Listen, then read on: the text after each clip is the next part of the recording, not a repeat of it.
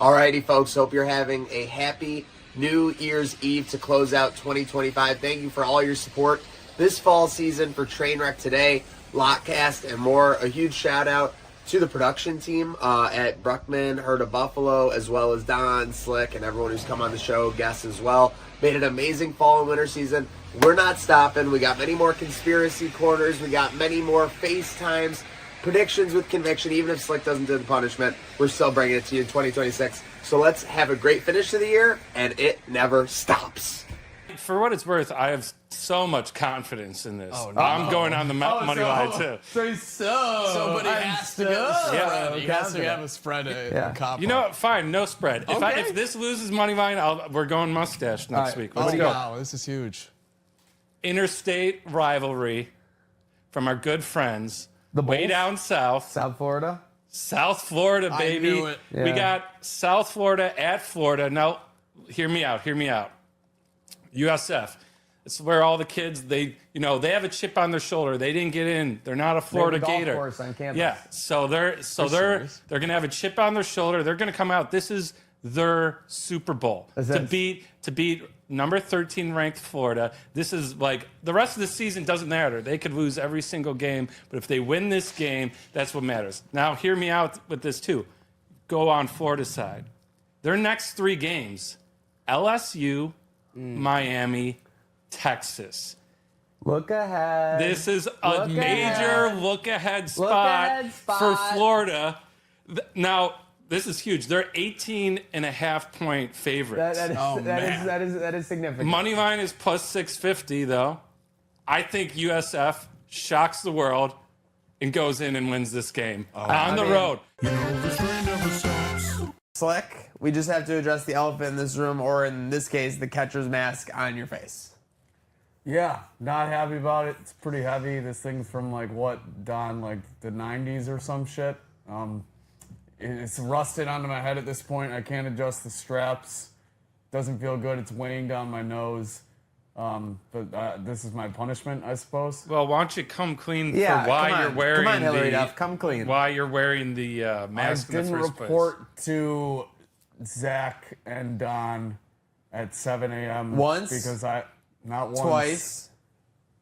3 times. 3 times. 3 strikes. After my Michigan bet didn't hit on our Friday episode last week. So you're going to get a chance to redeem yourself Thursday, Friday, Saturday. You just got to be up on time for your punishment, and you're free to go. Or elsewise, the mask might have to come back next week. We're only going to give that to you for the first third of the show today. Give us a good strike call real quick. I don't Give us a good, Strike! That's pretty good. Pretty good. You like that? Yeah, that was... Okay, you've earned it off. Wait, hold on. Why do you take it off? We need you to toss the coach, too. Yeah. Give us one of those. You're out of here! Okay, not bad. All right. Pretty good. I would definitely get more in your face if you threw me out like that. Speaking of checking out some ball, this is about 100 hours ago, so in internet time, it happened in the Mesozoic era. But Don, we've got an update on the Phillies fan who took the ball from the dad and the child. Yeah. Quite a bit of fallout amongst us this weekend. Yeah, we were too hyped up Monday with the Bills win. That was what's in our sphere. But I mean, this is incredible. People are still talking about it, so we got to run into it. So we're gonna play this video right now. So yeah, you can see home run ball. Guy runs over, and he runs over, and it's in his row, which should be said. And then it's a row in front of her. She thought she touched it. I don't think she had this ball. By no definition did she have this He ball. brings his son. Now I'm gonna pause it right here. It's when she grabs him. You guys see that? He's like very startled. His reaction is like comedy level startled. Oh yeah, I thought he'd just seen a ghost. I thought he was doing it to kind of like make fun of the situation, but he was like, oh. Yeah. So the reaction for me, I mean, he was kind of getting buried on social media for that reaction. People were calling him a wuss, worse words than that. But you know, I think I agree what are you with him. I supposed would to- have been terrified what are if you that supposed to lady do just in front showed of your up in son? my Like, house. I would have been gasted at a flabber level. That's is like what the I'm gonna Karen say. of Yes. all. That's the final boss. If I turned around and saw the final boss, if I've been saying that the ball was hers, are you kidding Did you me? see? You saw that hair, right? Yeah, Like, you I knew mean- what was coming right away. I mean, It's the final there was boss a of level of Karens. fury. Yes. And again, listen, like the hair does not define, but it's like a trait, right? Like it adds on. It's like evidence. you knew it wasn't gonna help. It's evidence, yes. It wasn't like, and then, I mean, she was unleashing on this woman. Like, he really gave up the ball, I feel like, just to protect his kids. Definitely. Like, When like I it saw was this literally initial, that situation. When Yeah. I initially saw the video, I couldn't even point out this woman where the ball landed. She wasn't even close to the thing. Yeah. Yeah, I think But the man is speaking out now. The dad is speaking out after. the dad speaking out. Everyone is calling him a wuss. I don't think it's fair. What's the expectation? Like he's gonna clock this woman? No, I kind of did think like- he was and mocking at her that almost. point, that's not even a situation where you could like call security because she was like blocking off like access to like society at that point, like for them, like it was crazy. His kids are on one side of the row, she's on the other. It's like, Yeah.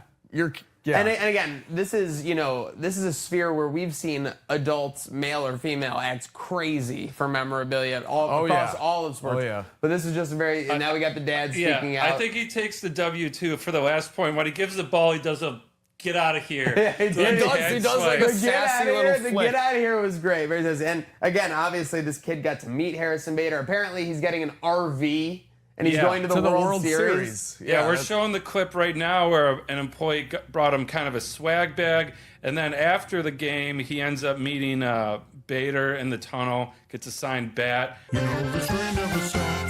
As we look into the rest of the NFL, let's face it, Bills fans have their eyes on one thing, Don, and it is that Chiefs team. And what do we got? I don't know about you, But I'm feeling 0-2 for the Chiefs. Let's go. There we 0-2. go. Not an embarrassing loss yesterday, but they were just never able to get out of the gate against the Eagles. Eagles kind of took control early. They were driving late. Kelsey with the bobble into a pick. Chiefs fans and Swifties especially. Think of all those Swifts fans watching, like Don. They've seen Travis Kelsey just make plays their entire existence as NFL fans. And here, he ends up actually dropping the ball literally. Yeah, so there's that. I mean, Kelsey, just kind of a bad day all around him for him. He drops the ball into a pick that leads to, a score that kind of sealed the deal. Again, him kind of screaming at the sideline. I don't know what about, but it was before that pick happened. And I saw online today. I thought it was AI. It was so unbelievable. Oh, no. But apparently it's real. Did you see the Free 4 shirt? No. Or he's wearing like a Rashid Rice shirt that's Free like 4. yeah. Let me pull this up. We need to pull this up. Free 4 who ran away from the incident? Yeah, Yeah. and fled the scene. I mean, Alright, we're so we just gotta- defending convicts Let's now. get it. Let's hear. All right, let's see this Travis Kelsey. I can't. You're gonna show me something that's AI? Is this the punchline here? I So thought he- this was AI. It is not. He was wearing it not under AI. under his pads. No, It was he in must have been warm-ups. wearing It it was in- walking it was in in- or it was in warm-ups, right? warm-ups. Yeah, Okay, yeah, I was yeah. gonna say if he tried to go Stevie with that, I mean, that's the Chiefs crazy. do just seem like a little bit of a mess right now. 0-2. By the way, Chiefs are 0-2 for the first time since 2014. That was September 2014. Who is that? What's his name? Alex Smith goes down. May have been Alex Smith era, but All right, so for here September- it is. Oh, jeez. yeah, I mean that's just something. Free 4.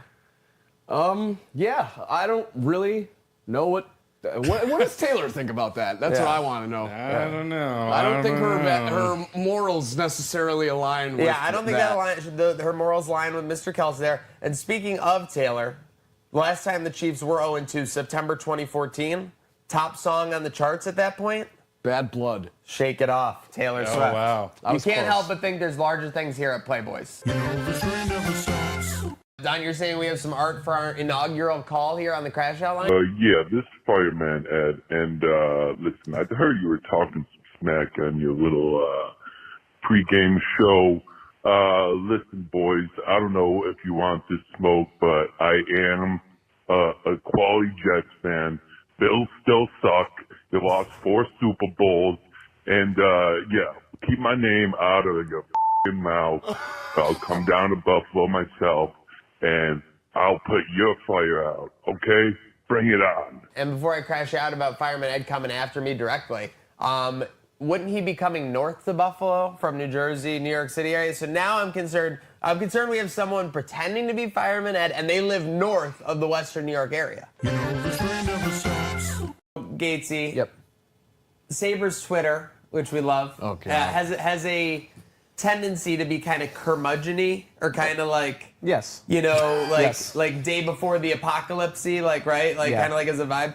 What No, like the have sky you? is falling. What's your thermometer on how they've reacted? Like from what you've seen, from the sabermetricses, from the you know the NT riders of the world. Yeah, well, just looking from the responses from, we live tweeted the press conferences today, there were a couple positive, comments from things that Adams and Ruff said, but that was just a drop in the barrel of everything else. Drop in the barrel. And most comments, which you can understand, are just frustrated and upset, which Sabres fans have the right to be after the past 14 years. But I think once we see games, and I think it's going to take, like Adam said, see fans see this team winning and see them winning in ways that seems sustainable, where they're not winning 7-6 on nights, but they have a lead and they keep it. They talked about playing much more mature this year. So I think if actions come of these words, I think we're going to see that negativity disappear rather quickly.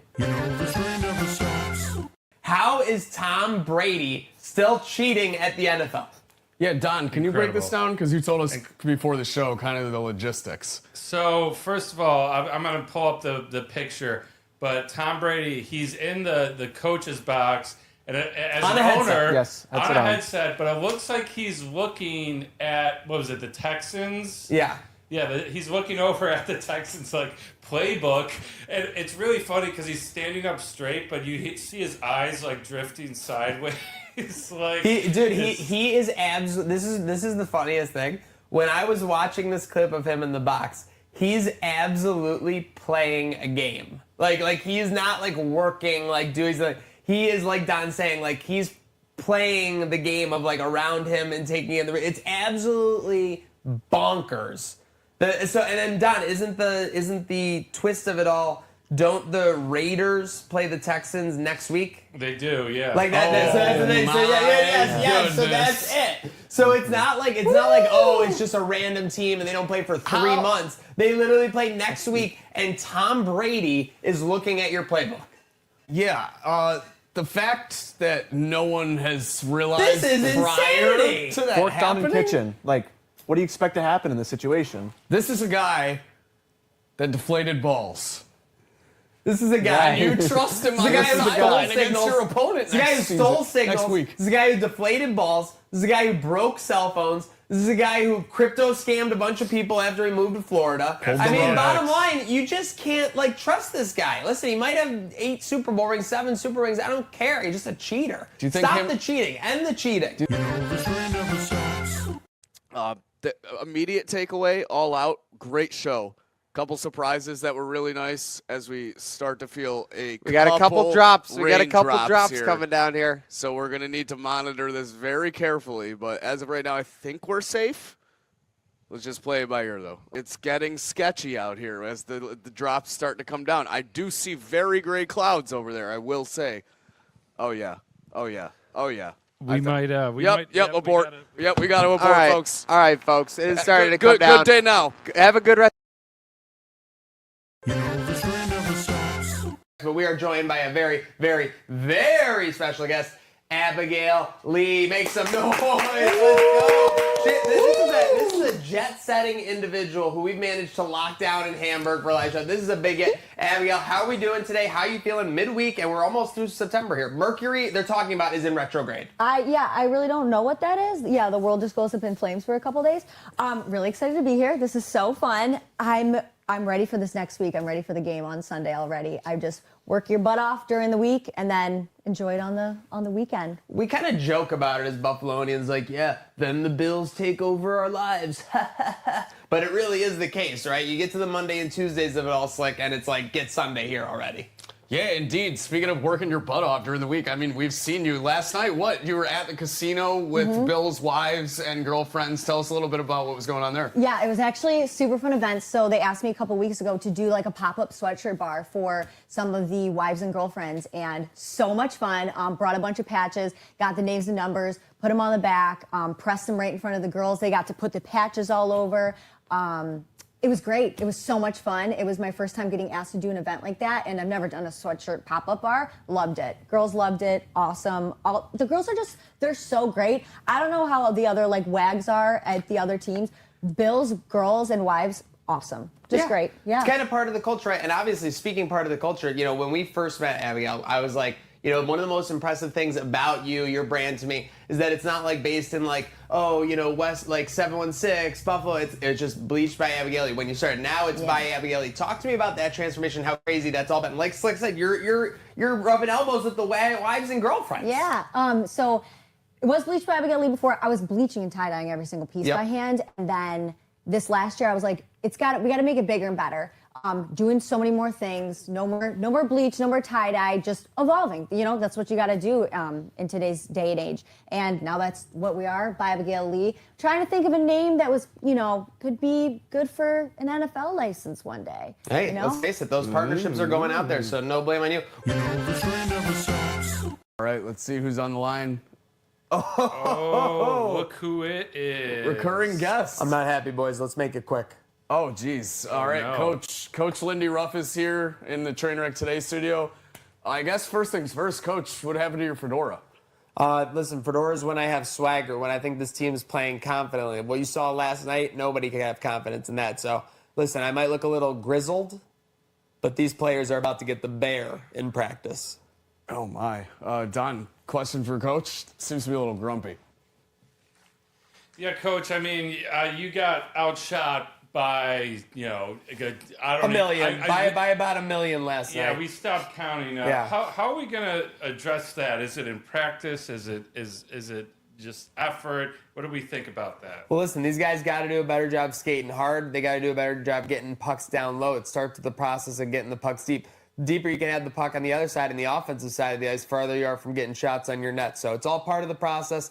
The part of the process that I'm upset with is I was holding a press conference this morning, and all of a sudden the Buffalo Bills go live with Sean McDermott. I mean, talk about, you know, cutting into your own ratings. Can't we stagger that a little bit? I had a couple of messages I wanted to get out to the public. All of a sudden, you know, old wrestling Sean's over there live from One Bills Drive talking about some exciting stuff. So I wasn't too happy about that part of the process, but I think we're going to be happy about our process come October 9th. Well, you know, Coach, even when you weren't in Buffalo, you talked about how much you love the Bills. So be honest, were you so upset, not because it was stealing your limelight, but you wanted to be watching? Exactly. Listen, it was twofold. I want to hear what Sean has to say. I want to hear how many times he talks about clapping. I want to hear how he wants to talk about community process.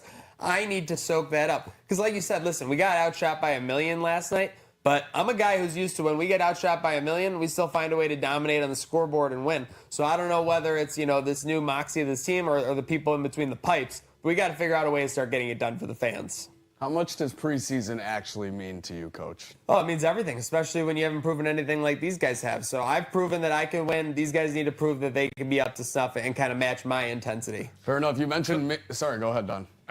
I just want to put, Coach, it's just preseason.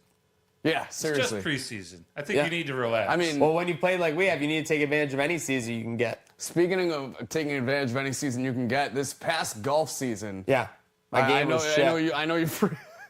I know you frequent the Buffalo courses. You're a member of one of the local country clubs. How was your golf season? What's your handicap looking like these days? Yeah, I'm a big Bob O'Links guy. A lot of people don't know that. I like to get out there at 6:22 a.m. every day.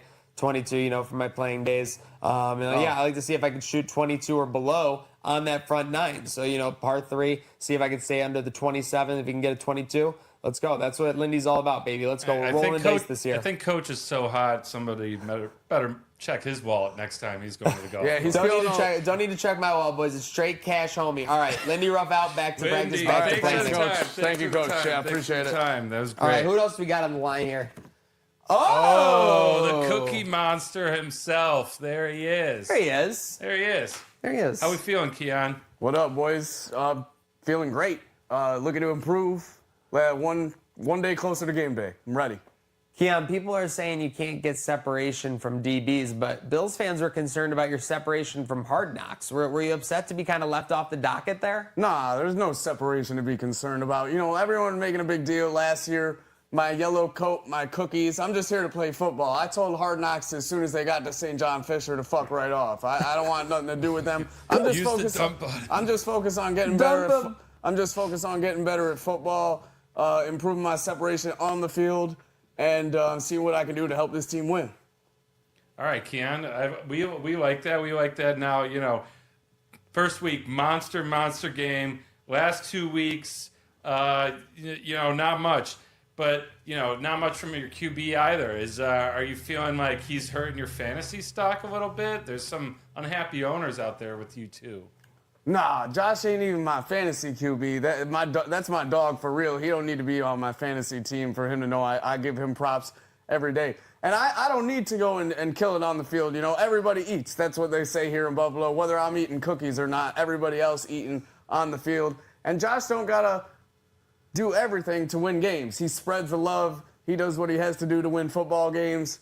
And I'm the only player on the Bills that I drafted from my own fantasy team. So all I care is about my production when it comes to that. But hey, if I don't score, so long as my boys do. I like you staying focused, Keon. It's year 2. You got to continue to get better. What are your goals as you continue to develop here in your sophomore season?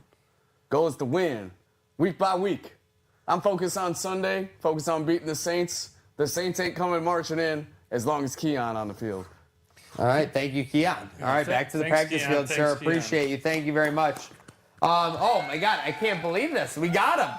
All right, Josh Allen, thank you very much for joining. Welcome to FaceTime. Hope everything's going well between your midweek prep for the Saints.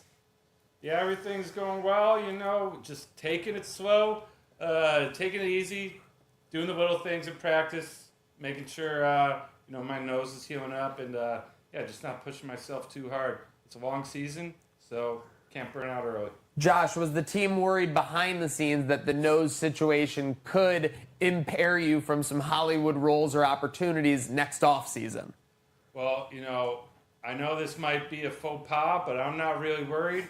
With the tech they got in Hollywood, I was thinking this might be a good excuse to get a little work done if needed. So, you know, if that happens, we'll see how it heals. But, you know, we got some friends that have some great people that can help with a new nose if I need it. Yeah, Josh, speaking of Hollywood, obviously you wore the visor last week. Hope that was all well and good. Could that maybe inspire a look on the red carpet with Haley in the future? Maybe a golf visor as part of the outfit?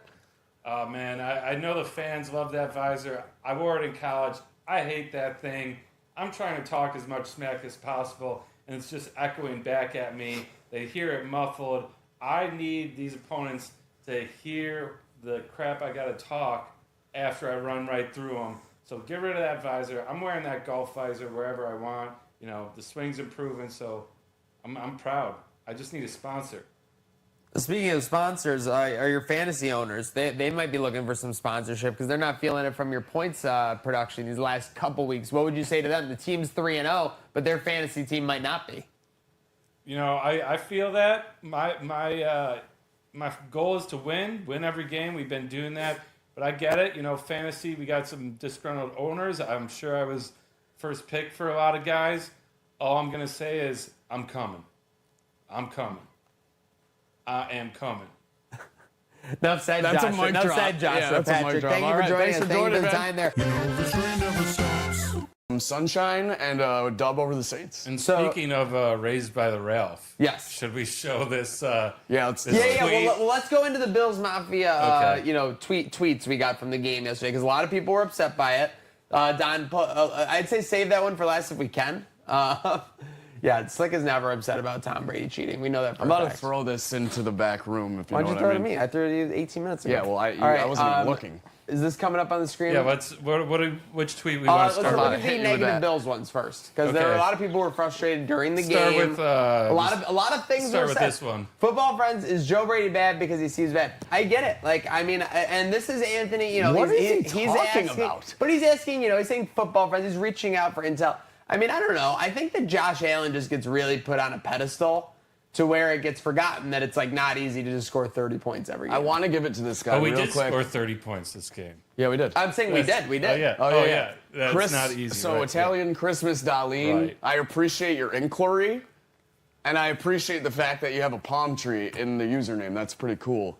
Joe Brady brought the palm trees to Buffalo, though. Thank you very much. So put some respect on Joe Brady's name. I get so fired up every Victory Monday when I see Coach Joe tweet the 1-0. Yeah, that's all that Coach Joe cares about. It seems like all you care about is defending this coaching staff. So, Don, I don't think he's going to be happy with some of these next tweets. No. So we got this one, too. Now, this is our guy Rico. Love Rico over Yeah. at Buff Fanatics. He was at game day for the Miami Rico game. BF, shout Bills out. did have 10 days. This was kind of what irked people the most. Extended prep before the game, and the Saints just got blown out by the Seahawks. They allowed 38.5 against Seattle. So that's why, I mean, like, I think this is fair to say the performance yesterday was underwhelming, but I think that's just the new reality where the Bills can find a way to win by 12 points, and it can be underwhelming. Is that fair?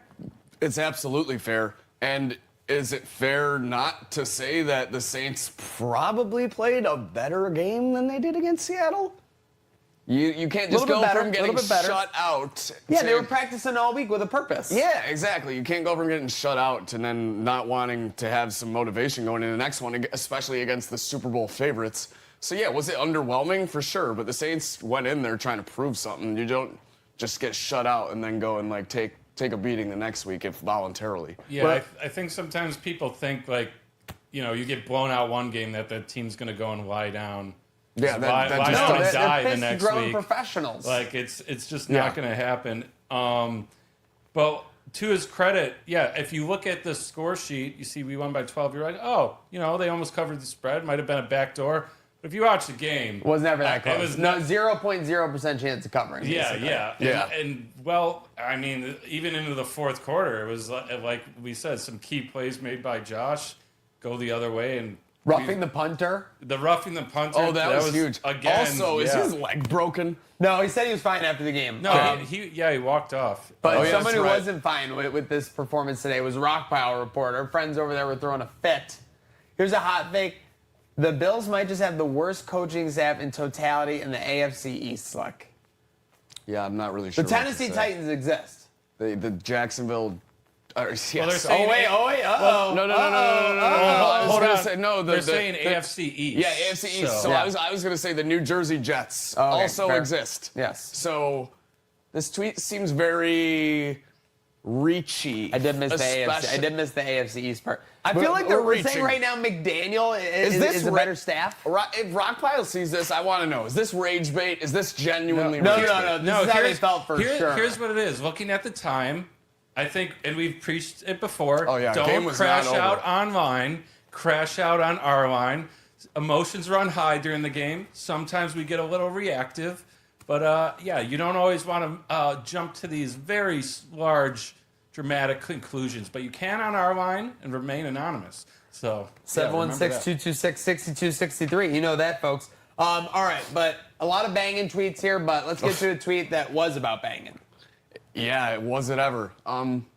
So we censored it. As We you can censored it see, 'cause- folks. By the way, this is a debate in the pre-show, how much on this we should censor, and I think that's a fair discussion because it's like it's out there in the public forum. Yeah. I just don't want to be like, you know, go look at this account. Like, if you want to go search it out, you want to go find a tweet, that's fine. But someone tweeting about banging the Ralph is pretty I funny. will say, if you're Bills Mafia and frequently on Twitter, X, you could probably take a pretty good guess at who tweeted this.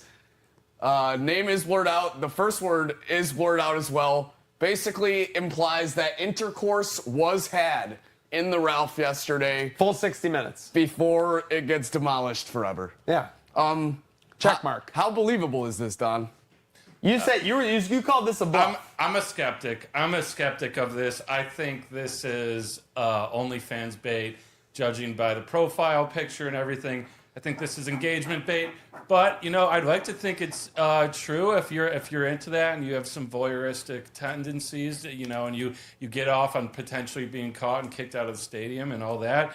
When the moment strikes, go for it. I am going to say, though, if it is bait, These numbers are underwhelming on this tweet. I agree. 195, 35 comments, and I'm all the okay with 35. it. I'm okay with it. 16,000 views Niche isn't bad. audience. And the 35 comments are not from winners of the Bills Mafia community. I mean, I like it. I like it. Listen, 16,000 views. I like feedback one way or the other. 16,000 is pretty good. I will say, too, I feel like the only place feasible to pull that off. If someone told you had to bang in the stadium next game, where would you go? I need a suite ticket because, like, they got the private bathrooms.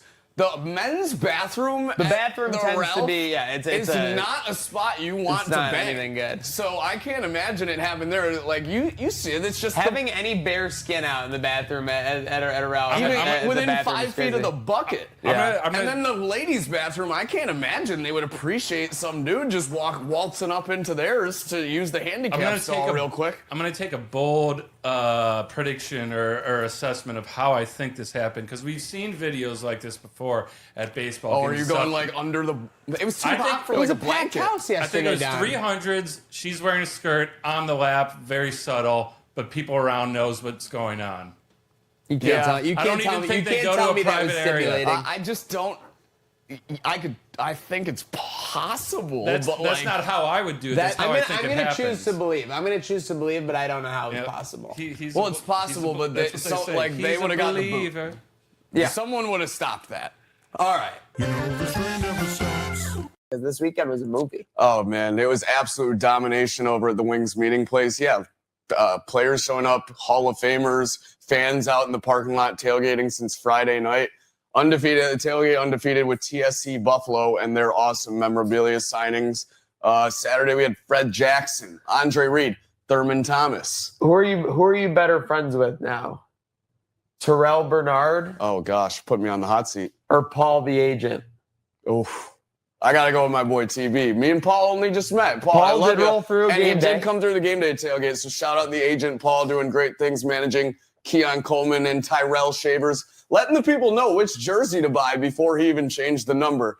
That's an agent of the people for sure. Yeah, Friday was it was like a club in there. Yeah. Oh, by the way, Things Agent got- Paul probably has a history of DJing in some capacity, I reckon. Yeah, he pulled up. Keon got up to sign. And he's like, "This is his playlist," and we started playing him. Keon was bopping. His whole team was grooving. Got a little too rowdy because we show up Saturday and they took the aux from us. So they took control of the tunes. I got banned. It might have gotten a little too loud in there. I don't know. What police officer song did he play for the security guards? What Back by Ludacris? Get Yes. Back. Yeah. Okay, He that was very requested funny. that. It Yeah. was very funny. They were all laughing. I mean, that was not what I had coming out of that guy for a request, but I'll take it. It was No, it was awesome. a great time with TSC. A lot of happy fans. Jim Kelly, Andre Reed, Thurman Thomas, Greg Rousseau, Khalil Shakir, Keon Coleman. It just sucks. It ended with a loss. The weekend was a movie with a terrible ending. So I wanted to get in your brain for that because, like we were talking in the picture, your father, before you're a massive Bills fan. It all leads up to this Sunday night. You're just, minding your own business there as the Bills are trying to take care of the Patriots. Ball comes flying in at you. Like, because there's so many ways to look at this. There's so much internet judgment and everything. I want to know, like, what was your 10 seconds leading up to that and your 5 seconds as it happened? What was going through your brain as that all kind of transpired? So 10 seconds leading up to that was, all right, here comes Allen. He's rolling out to his right again. And in the past, players have caught in touchdown passes right, in that corner. We're in section 106, row 1, and it's just an attractive corner for some reason as far as attention goes, player attention. And I'm like, okay, here he comes. And typically the other fans in that section know to kind of get ready in case there's any action. And so, he comes rolling out to the right and then just fires that bullet. And meanwhile, I've got, some cowbells in my hand because when the defense is working, we try to be as loud as possible. Okay, you're a cowbell guy. Huh? That's how you're making your extra noise? Yeah. Okay, I'm a helmet on the seat guy, like from extra noise. You got to respect going out of the way to get some extra noise in Yeah, there. listen, he's doing everything he can, BK, to make some extra noise, be that much more of a 12th man. You have to. And so it's flying at my face, and obviously I make the catch.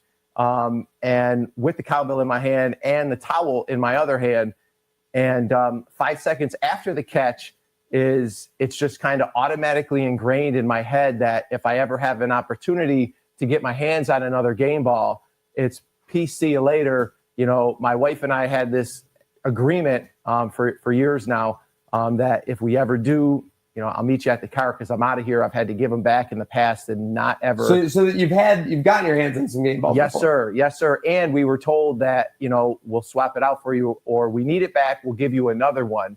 None of which in those instances came to fruition. So, you know, like I said, immediately my first thought was, I gotta, you know, I'm going to the car. And I said to my wife, who was standing next to me. So is this the Tara, whisper part here?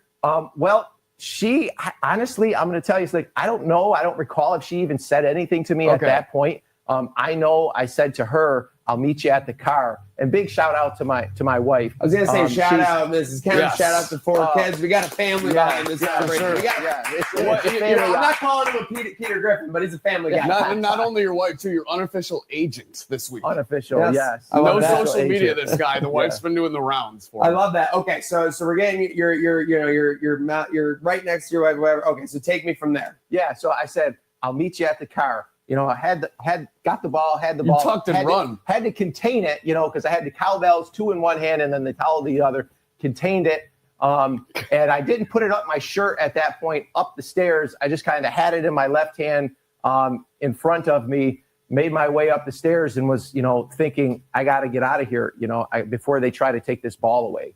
Yeah, no, absolutely. I mean, I think the thing that everyone was impressed with, I'm not saying the whole way up, that initial burst up. You were chugging. And that's an interesting note. You had the cowbell and the towel. So you didn't get to get pumping with the arms or anything. You were kind of doing more of like a little bit of this, right? Correct. That was all leg select. This guy was just powering up those steps. Yeah, 2 hands on ball, cowbell, and towel, power run offense up those stairs. Did I hear you correctly so you've gotten a ball before and they said, give it back and we'll give you another one, and then they just stiffed you and gave you nothing? Yes, sir. That's wild. So that's happened like how many times? That's wild. So that's happened once before. Who was it with, Alan? So that one was a warm-up session halftime during the punt practice, punt warm-up, and the ball bounced, you know, on the field and literally landed right in our laps. Now, I'm a dummy. Is that technically a K ball? That's not a K ball because that's punting, right? The K ball is only for the kicking on the kickoff and the field goals. You know what? I have to. Okay. I'm not. Okay. I'm not certain. No, but right away, one of the guys in the hoodies who was warming up came over and grabbed it from you. Correct. Okay. Yes, sir. Yeah, and you know, to that end, we do have another game ball. There was an instance during a winter game. A third ball. There is a third ball. There is a third ball, folks. Oh wow. You know. So all clarity here, yeah. So during a Miami game, it was in the winter. It was a playoff game. My wife happened to grab a ball. Allen threw a pass to Gabe Davis. It went incomplete, bounced and landed in my wife's hands. We put it down, and the guy came over. Hey, where's the ball? I need the ball back. And everybody said, you know, what ball? What are you talking about? Oh, that's a sector. You got a good section on your hands. That's amazing. Yes. Kind of a reverse I'm Spartacus situation. Was this the Skylar Thompson game? This it had to be. It had to be, right? Yeah. About 4 years ago. They had the third stringer in. Yeah. Yes. No, that's amazing. Wow. So the section went to bat for you there. It's like the saying is, it's one family, right? So it's all one family. So they had our back. And the staff member came over and said, you know, where's the ball? I need the ball. And the young woman there said, you know, I need the ball, please. I need the ball back. I will give you another one at halftime, I promise. So we gave it back. She did stick true to her word. We had that ball. So sticking true to your word. Let's go. Big up. Clap it up for it. Not recognized enough in this day and age. For sure. So that was instance number 1. So my thought process was, okay, let's trust them, right? Yeah. We were followed so through. Then you got bit the second time. Yes, okay. sir. All right. So now we're at the third time. You're running up. Now, this is the funny thing. First off, amazing burst at the beginning of the stairs. Then there's kind of that funny moment at the top with that security guard at the top where they kind of look at you, and you can even see on the video, like they're like, wait, like what's this bloke doing? Yeah, going by? And then they're like, you know, I'll focus on the game. amidst all of the Tirico madness. So what was going on there at the top of the steps? At the top of the steps in my mind was just like, all right, how do I conceal this ball? What do I do with this ball so I don't draw more attention to me?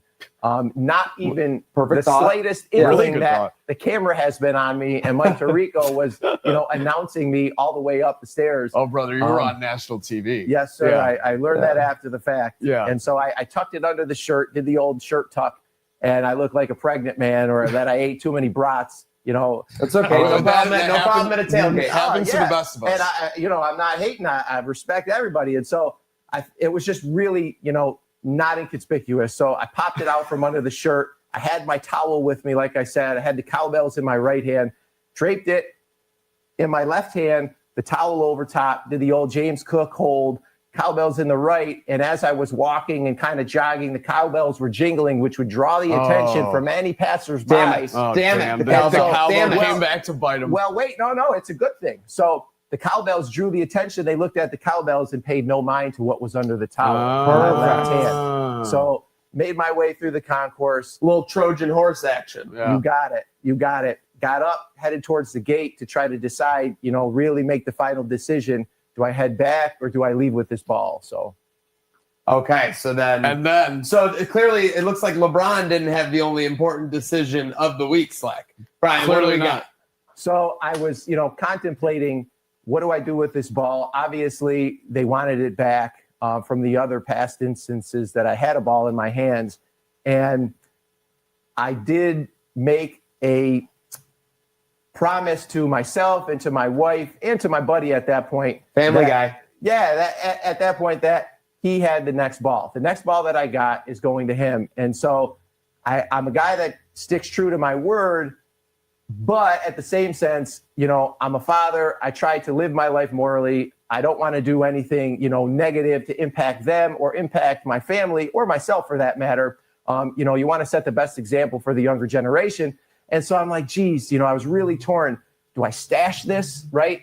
Do I take it back? And what at do this I do? point, like if I was you, like, 'cause now I want to put myself in your shoes. Like, I'm a season ticket holder. Like you have seasons, you go to a lot of the games. Sorry for something, but it's like, could they ban my season tickets? Like, could they ban me from coming back to an NFL game, or especially one at in Orchard Park, where you would never want that. So I think, especially on the brink of the new stadium, they're like, too. You've got the ball and you're in the clear. You were in the clear. You had no cops behind you. The getaway was done, right?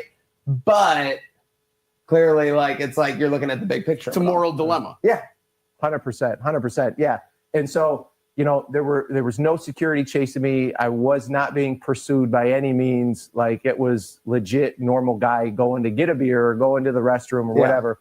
I was kind of just hanging out in the open air areas of the stadium near the gate, and trying to decide what what course of action do I take, because I love the Bills. They're the lifeblood. Life, right? It's life, baby. Bills are life. It's life, baby. So I couldn't not be in a position. I couldn't put myself in a position where I couldn't see them again, right? So phone rings at that point, and which is crazy, right? That is crazy. Yeah, They already as a season ticket holder, the cell reception is crappy. 100%. Yeah. Nothing's operating. So in you the are a stadium. season ticket holder, for the record. So for the record, I am not a season ticket holder. However, I do purchase my boys' season tickets. Yeah, it was a split. I think I read that in the article. So Just want to clear the air. Yes, sir. because the one thing I know is you're constantly in that area, but yeah, you don't. Yes, sir. Is this the guy that's receiving the ball? He is. Oh, then Yes. that changes Okay. everything. Yeah. So phone's ringing. And he's not ever had. Sorry, he's That's not okay. ever had a game ball since '99. He's had these seats. Yes. And has yet to get a game And ball. when you got that first one, you were in the same seats? Yes, sir. Okay. Yeah. Changes everything with Yeah. that. Okay. So go on with the phone call. Sorry. So No, you're fine. You're fine. Take us on this journey. No, Yeah, we need to ask questions. Yeah, no, right on. Absolutely. So I get the phone call, I answer it, and it's my wife, Tara. Shout out, Tara. Shout out, Tara. And so she's like, hey, you got to bring that ball back. And I'm like, what? Are you crazy? What ball? Knowing full well we've discussed Yes, this. yeah, over like the you- course I of just the told you I'll season. see you So in the car. clearly in your brain, like, there's a Bills official, essentially a Buffalo football official, like essentially standing right next to her, probably at that Something's point. going on. Yeah. And I'm like, are you crazy? You know the deal here. I said, meet you at the car. And so I'm like, are you serious? And she said, yes. You need to bring that back. And I'm like, I don't know. I should I? And she's like, yes, they have another ball for you here. There's 3 sheriff's deputies down here now. They have another ball. That's low even by your standards. Oh, jeez. Yeah. Well, okay. No. Allegedly. Okay, that's important. Yeah, there you go. Keyword. Keyword. And so I'm like, I don't know. What do you think? Should I really do it? Should I trust it?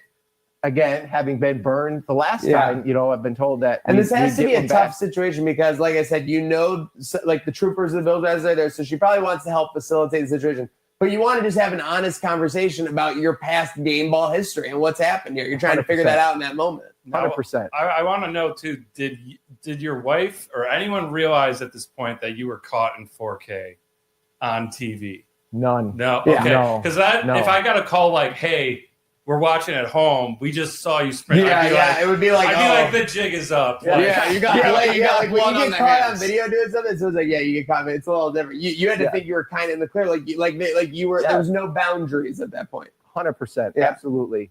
And so she said, no, you need to bring the ball back. They have another ball that they're going to give you. I'm literally looking at it right here, but they won't give it to me until you come back. And so classic hostage swap situation. Yeah. Classic. So, I was like, okay, I'll be back. I'm coming back to the seat. And so made my way back to the seat. Did you get a round of applause when you came back? No, sir. No. Because honestly, I was really inconspicuous, still with it under the towel at that point. And oh my God, he didn't want to give up. He's got the prisoner. He just worked so hard for that baby. I know. I don't blame you. I'll tell you. And so, as I'm walking down the aisle, there's one of the deputies staring up the aisle at me with, a not so happy dagger oh man, on his face with the ball in hand. And so, I'm nonchalantly walking down, still following the gameplay because obviously play is, ensuing on the field. Not trying to walk when the play is going on, trying to be, a responsible fan, not get in anybody else's way, and then make my way down to, our row 1 there. And make the swap. No words were exchanged with that specific deputy during the swap. And I received this ball that I'm holding here. So this is air horns.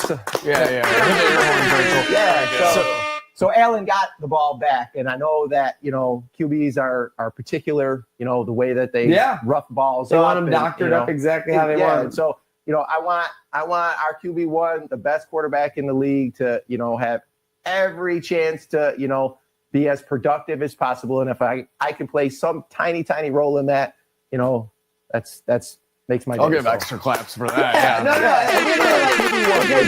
There's just so much more into it than the binary person online season. It's a binary decision making, not the binary person. Okay, so once you saw the clip of Tirico, what'd you think of that play? Pretty good on you. Made you look pretty good. I mean, I was dying laughing. I couldn't believe it. Watching myself initially in disbelief, going, oh my God, what am I doing? You know what I mean? I had no idea the camera was on me.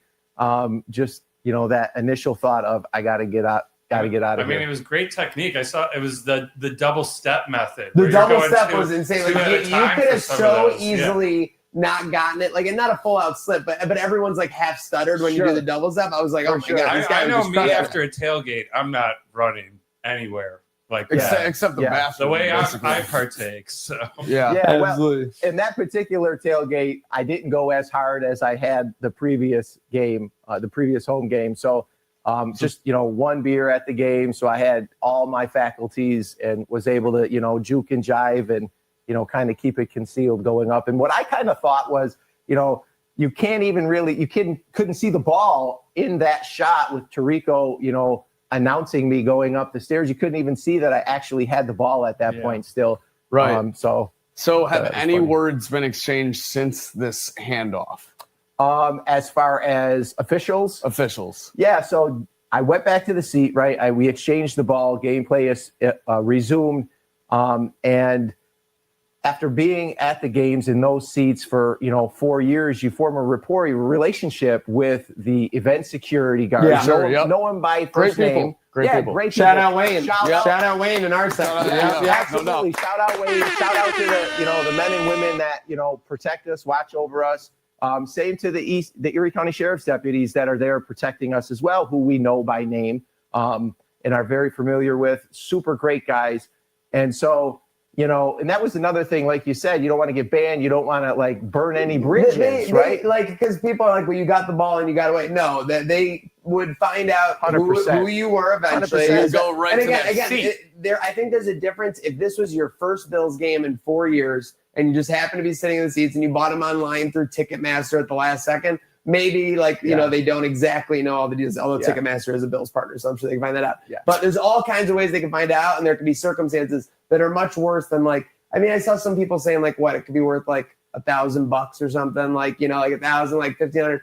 The idea is that you got to have an experience that was unique to anyone. I think any Bills fan would love to be like part of the storyline of the game, and that was really cool. Yeah, absolutely. So later on, to get back to your point, Slick, I apologize, I digress. That's okay. All good. So I did, say, hey, I'm not trying to muddy the waters. I'm not trying to make a hassle for, you guys. And I was talking to the deputy who handed me the ball, did the exchange, as well as the sheriff's deputy who always kind of stands in that section and watches over us, who's an awesome guy, great guy, as well as the event security too, that we know, and said, basically said, I'm not trying to be, an a-hole here. I may get called that from time to time, sure, but I'm not trying to make things rough. I'm not trying to make a difficult situation, and exchange the ball, gave it back. So Awesome. Yeah. Wow. That's very credible of you. Thank you. Well, Very. No, amazing. I mean, seriously. All right, now going full circle on this, did you have any favorite memorabilia growing up? And now, you're thinking about this experience, you're like, wow, it's kind of full circle. Yeah, absolutely. Growing up, favorite memorabilia was not Bills growing up. When LaFontaine was supposed to come to LaFontaine, baby. Yeah. Rest That's in peace, awesome. Generette. Seriously, Yeah. rest in peace to a legend. You think of all Yes. the memories that he made that much more special. Seriously, and obviously Pat LaFontaine, right there in the early '90s, mid '90s, Yes. there was right at the core of it. That's amazing. Yes. We waited at the Galleria Mall after the Galleria Mall recently opened. LaFontaine didn't show up, but McGillney and Turgeon were there, and I had a signed puck that McGillney signed in a case, a little plastic case, which I still have to this day. He signed it in a gold Sharpie. Still in the original case. The mini sticks, remember the wooden mini sticks? Oh, yeah. I signed a couple of those, and then I had a glossy from Turgeon that he signed. The glossy, I don't know whatever happened to that, but I still have the puck. Definitely, as a kid, my favorite Buffalo sports memorabilia growing up. Sports memorabilia when you're a kid is everything. Yeah. It seems larger than life for sure. Yeah. Now, I don't think this is going to be larger than life, but we didn't want you to leave Trainwreck today empty-handed. What we have for you is a commercial used Khalil Shakir caught and thrown football. We want you to leave here today with some Get game out. Come on. memorabilia courtesy of Trainwreck today. Wow. Huge thank you to our Brooklyn Thank you. team and Herta Buffalo team. Awesome. Listen, Thank BK, you. I know you're a Thank big you. Bills fan. Listen, sir. we're gonna take that even further and appreciate you taking it to the next level by giving the ball back and being a good fan. Just so you know, appreciate him and that. Khalil probably completed We went 20 straight- to 20. We went 20 to 20. straight passes with Josh that. and Khalil have never been on the same page that Khalil and I were No on that way, day. no So, way. Yeah, he'll tell you himself. That's the Picasso's one? Yes, Picasso's Get commercial. out. Yeah. Shout out Picasso's. Awesome pizza. Indeed. Yeah. absolutely, best sheet pizza in the Yeah. game. Well, speaking of the best, thank you for coming in and spending some time with us, BK, today. Appreciate the family guy. He's not on social, so you can't track him, but let's track the Bills this year and let's get a Super Bowl. Yes, Awesome. Go Bills, indeed. baby. Go Bills. Thank you, Awesome. BK. Thank you, Thanks for BK. joining us, brother. All right, appreciate you. Giants. Dable and Co. I'll eat the salsa. Phew. Yeah. Phew. Says Brian Dable.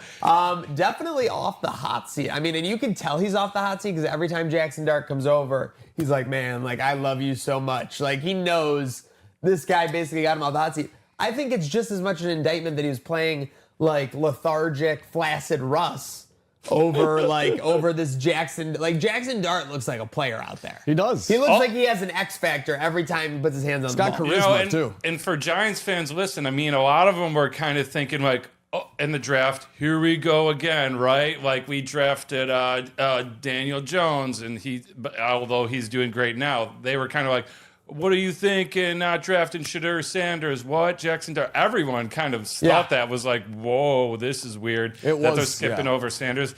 It's looking pretty good. looking pretty good with Jackson Dart. Now I do have to say, I feel like Daboll's playing the short game because Jackson Dart's going to have a real short career if he keeps playing. He's been in the blue tent both games. He loves the blue tent. Yeah. The media hype train behind the Giants right now is pretty real with Jackson Dart and Cam Scatabo. I feel like it's going to be a roller coaster season for Giants fans, though. I feel like this is going to be, you get a big win over the Eagles this week, you go on, have a pretty crushing loss, just like you came off a win the last time when you go in and lose to the Saints. I think it's going to be a whirlwind for the Giants fans. Saquon Barkley, 0 3-touchdown games as a New York Giant. Cam Scatabo, 1-5. He got me 31 fantasy points last night. Scatabo is just like literally like you want that guy to be good at football so bad. Even if you're not a fan of the Giants, like just his mannerisms. Am I wrong? His one teammate literally was quoted saying he's literally an idiot. Like that's what he said about Cam Scatabo. Yeah, and his mom put out a quote where apparently as a kid, he would put on his brother's shoulder pads and just run into light poles. And then this video surfaced, which I think is incredible. Incredible. Oh, my God. Just banging his head against a brick wall pregame. For a little context, Jackson Dart said the first time he met Cam Scatabo, he just like screamed at him and then headbutted him, and that was kind of how they communicate from there on out. Scatabo with that head bumping literally reminds me of Owen Schmidt from West Virginia. Do you remember him? Dude, he used to come out of the tunnel, helmet? dude, and he would be taking his helmet and slamming it against his own head. And be like, what are you doing? Do you guys remember that college football coach that was like getting his players hyped and headbutting all of them with their helmets on, and he didn't, and then he was like bleeding from the nose and forehead by game time? Yeah. Just damn near. It kind of looked like him too. Yeah, that was what happened. That was what happened. Like I forget what Goldberg match was. I think they were saying it was Undertaker, or his head against the wall, like he was pumping himself up. Next thing you know, he's out there concussed. Yeah. Bill, you're up. Yeah. Welcome in, you beautiful people. We are live here at Pearl Street Grill, ready to rock. I got Slick on my left. I got Dreamboat Don on my right, and we have two massive games ahead of us on this Monday. Shout out to wherever you are, whether you're in your car, at home, or ready on your way to Pearl Street for these big matchups. We have the Sabres underway in just over 80 minutes. We got the Bills just about 8 hours away, boys. I was at the kiosk on Saturday, and I looked over next to me on College Football Saturday, and this one guy had 14 items, or 14 items for a plus 510. Oh, he had so much chalk money. There's no way it hit. There's no way it hit. That money's gone for sure. I can't believe I'm allowed to say this. Was it Dan Freddy? No. Stop. Hold on. Stop. The By the people way, want to Dan know. Freddy needs his Josh Palmer tonight. He needs his Josh Palmer. Yeah, so does our Meerkat. people want to know. Thank you, Meerkat, for bringing this in. Yeah, I shouldn't have even shouted him out. So here's the deal. Slick owes a punishment. We are setting up a entertainment production around Slick's punishment. So he has not been left off the hook. He still we haven't forgotten. Slick still has an IOU of 1, much like we're gonna owe all these Avalanche fans a beatdown that are around downtown Buffalo right now. And listen, my punishment, I'm kind of looking forward to this. Okay, you know. I hate you, dude. Oh my god, bro! All right, listen. Are you serious with the V cut? The V cut, the chains. Is that Tage's neck? No, that's definitely that's a picture of me. No, that's Don. That's Don. That's definitely Don. Chris Collinsworth. You guys, you don't understand. During that Kansas City game, I wanted to grab my TV and throw it out the window. I know Bills Mafia feels collectively about this man, but I can't stand him. I cannot stand him.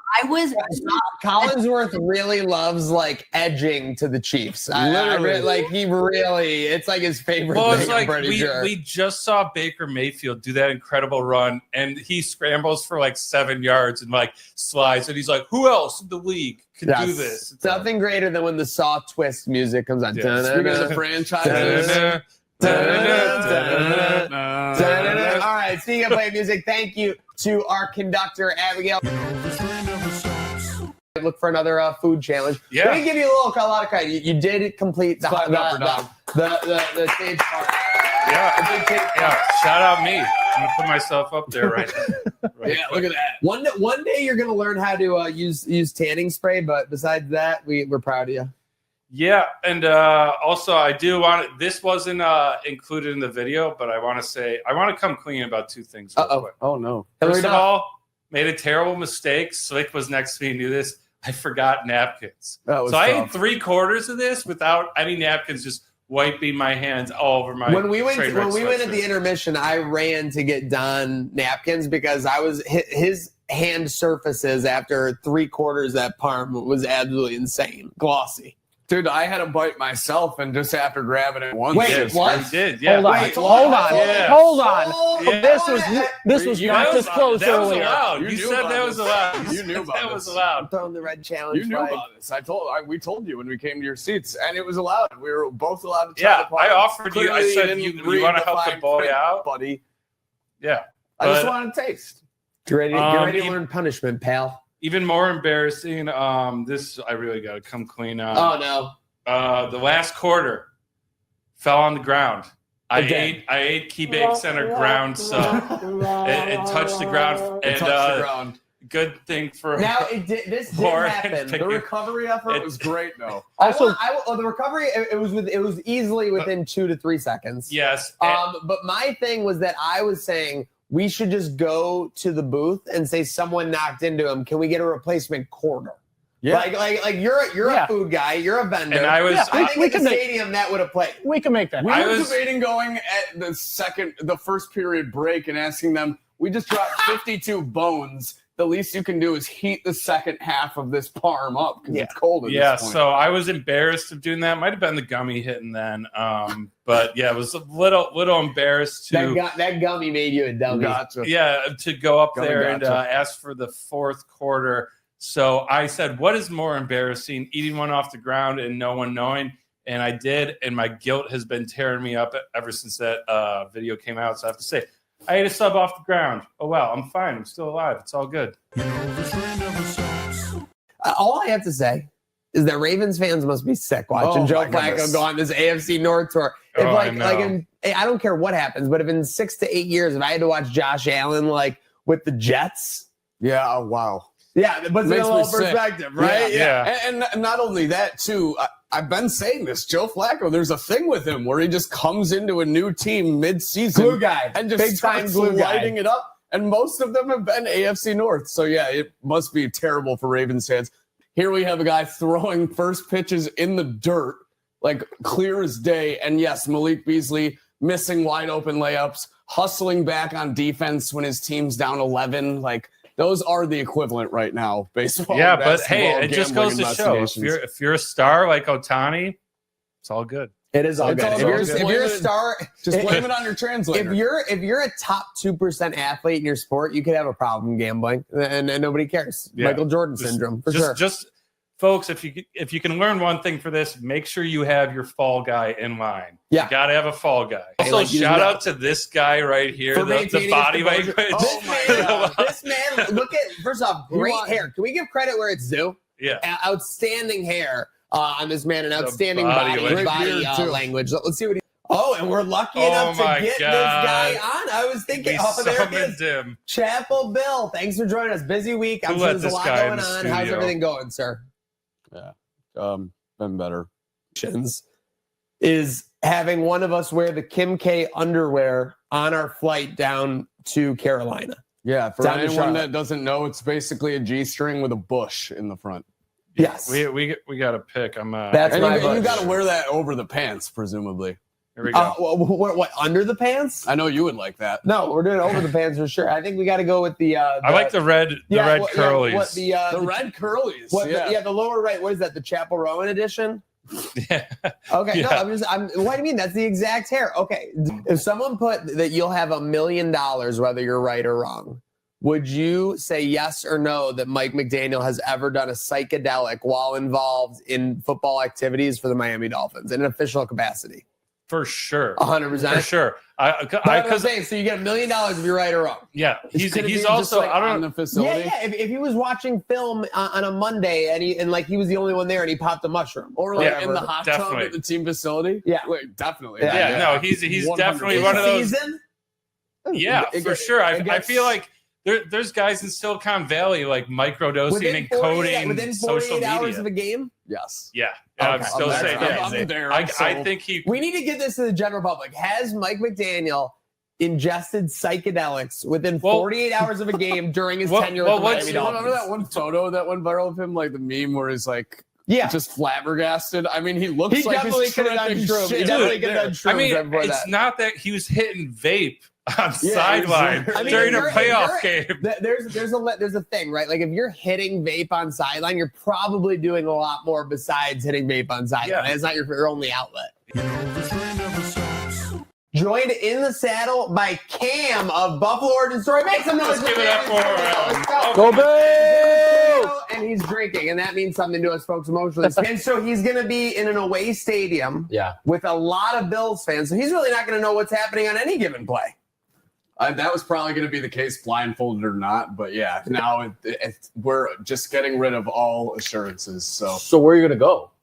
Well, I'm going to be in our seats. With the blindfold on. Yeah. Don't make him do that. That's what I'm saying. What do you mean? No, That man. was I'm the not holding him punishment. accountable for that at all. So we all agree. Nobody would. You I did don't have know. second That's thoughts on the insane. away game concept. I think we are witnessing the most exciting year in the NFL so far in history. I think they said 29 games so far have been decided in the with a score in the final 2 minutes. So just an unbelievably cinematic season where it feels that way. There's been a lot of crazy endings. Yeah, it's confusing. I mean, I don't even know who's good, who's bad. Like, who's the top team right now? I mean, the Colts, is that It does real? all add up to a lot of confusion. No solidified great team. But No. yeah, speaking of the Bills being 350, Kansas City jumping them, where's the respect for this is our Colts? This is our team. They bleed blue. Yeah, like I'm just saying, like I feel like Shohei like kind of knew. You're Like right. Thought what was it was, going but on. he thought it was harmless. He thought it was harmless, Yeah, and then yeah. and then the number came to surface when the FBI Right. investigation or whatever. They're like, he owes like 15 million in your name, and he's like, whoa,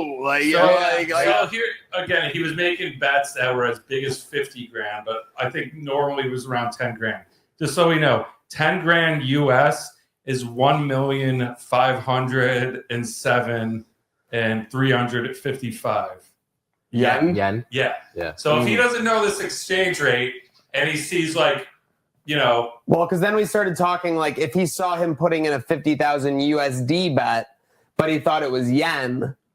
Then Then it's you like could be in a whole pennies. other. You could Yeah, be literally. right. It's like pennies because we were talking about yeah, that's $300 American. That's 50,000 just yen. also like ignorant to think about. I feel like. But the real question at the core of it is: Put did on your Shohei tinfoil hats, know? folks. Did Shohei know? Shohei Well, have you ever- absolutely 100% knew. Yeah. Have you ever been around a gambler? I mean, all they tell you about is their bet. Dude, you're like this Guy guy is is like- with him every day. They That's what I'm can't stop saying. talking like, about Ipe was gambling. his guy. He had to see him putting in a the bet. only Yeah. guy that he speaks 100% Japanese to all Right, the time right, in right. the U.S. Right. Like, there's no way he didn't know. Yeah. It's just impossible to me. No, Shohei knew for sure. You're forgetting the Blue Jays have a key component just announced yesterday. Oh, what's that? Guess who's returning? Not Bichette. Bo Bichette Are you says, serious? I will be Bo ready. Bichette's coming back right now. He said, I will be ready yesterday. That's And he's coming back for the unbelievable. World The odds are Series. probably- That's a massive. Now, no, that's a I massive think with get the back to that knee, Blue Jays lineup. he's gonna be a pinch hit guy. I don't think he's gonna go back in it short immediately. Or he could be a DH. Yeah, but Yeah. no, that is very interesting. It's a weird pardon dynamic. my ignorance. I was not familiar with I Bo wasn't- Bichette's I game. wasn't yeah. It either, says damn. MLB one day ago. Will Blue Jays have Bo? And he said, I will be ready. So yeah. Okay, that's not I'm gonna play though. I'm just saying. It says he says he's ready and he's returning. Again, it's up to the manager. But if you have him, I'd be you're shocked not if he going to wasn't pinch at hit least him. playing game If- two. you're not No, gonna we're put him definitely in? pinch hitting him, Yeah. but And that breaking news is not involving a player injury. It's actually involving a press injury. Matt Perino, we have some more details on this, Slack. Oh my God. Well, here we go. Bills back at practice today, this Wednesday, but Matt Perino will not be in attendance. Hooping this morning. Got to give it to the guy. Ball is life. Getting the hoops in, get some shots up before going to work. Got to respect that. Ankle size of a grapefruit. Now, on immediate reaction, Maniac, and probably what? A rolled ankle. Perino, he's a big boards guy. I mean, let's probably face going it, up for a rebound. Came down on another ankle. Perino's been a player his whole life. The Kawhi He effect. goes out there, he competes. He goes out there, he's grinding. This guy's got to understand, though, he's a family man. Yes. Okay? He's got heartbeats at home that are depending on him. He's going out. He can't be laying it all on the line like Also, this. no kidding. Especially because, Don, this isn't just any injury. Breaking news, including this is potentially career ending. I was going to say, do you think that's some copium at the end of the tweet? Is this sarcasm? Is it copium? I think it's copium. I think it's might have to retire. LOL. Like when you really realize you may have to hang it up, it's like, you throw the LOL on there so it's not as like severe. Like you might have to retire. Our friend, my friend, Jake, Micah. Mr. Michael, welcome in on Trainwreck today. Ovation. You like that little intro? Yeah. There he goes. Love it. I mean, your opening game goes to double overtime with the defending champs and Kevin Durant coming into town, facing his old team, getting booed as he walks in there. You get a 39-point bomb from Sengun, making his real an incredible performance. You get Shai Gilgeous-Alexander foul baiting just like he was last year, his way to the MVP. You really had it all. But what an atmosphere! Like you think about what Buffalo would look like for a championship celebration and how it sounds like a small market team with everything there. Oklahoma City, man, they showed out. It was loud. It felt like a playoff game there the whole night. And the play on the floor looked like a playoff game. It was the highest of high level hoops in the first game of the year. Really set the tone for what should be a really, really exciting and roller coaster NBA season. Honestly, it's pretty up for grabs for the title, I think. Hey, I love UPL being back. He's was our number one, both on the back of his jersey and on the depth chart and in our hearts. But hey, having three great goalies, so that's a good problem to have. Normally we'd have three goalies. We don't know who's number one. Now again, maybe Ellis just had some rookie, spotlight. He was jacked up, but performed well. I like Lyon and UPL as our 1 and 2, almost being like a Miller-Baron kind of trade-off situation. Wow. Those are bold words to use thus and again, far. listen. I got some inside info, some tips last night that this investigation is expanding. What? And I was up all night doing my own sleuth work, and I stumbled upon something shocking, disturbing, that I don't know. If these are shocking images, I just want to warn our viewers. Stumbled on and what we made. Okay. Oh God, well, I'm nervous. Let's make sure. Okay, here we go. Oh my God. What happened? This is like a new Netflix thing or something. One player. This is a new scandal.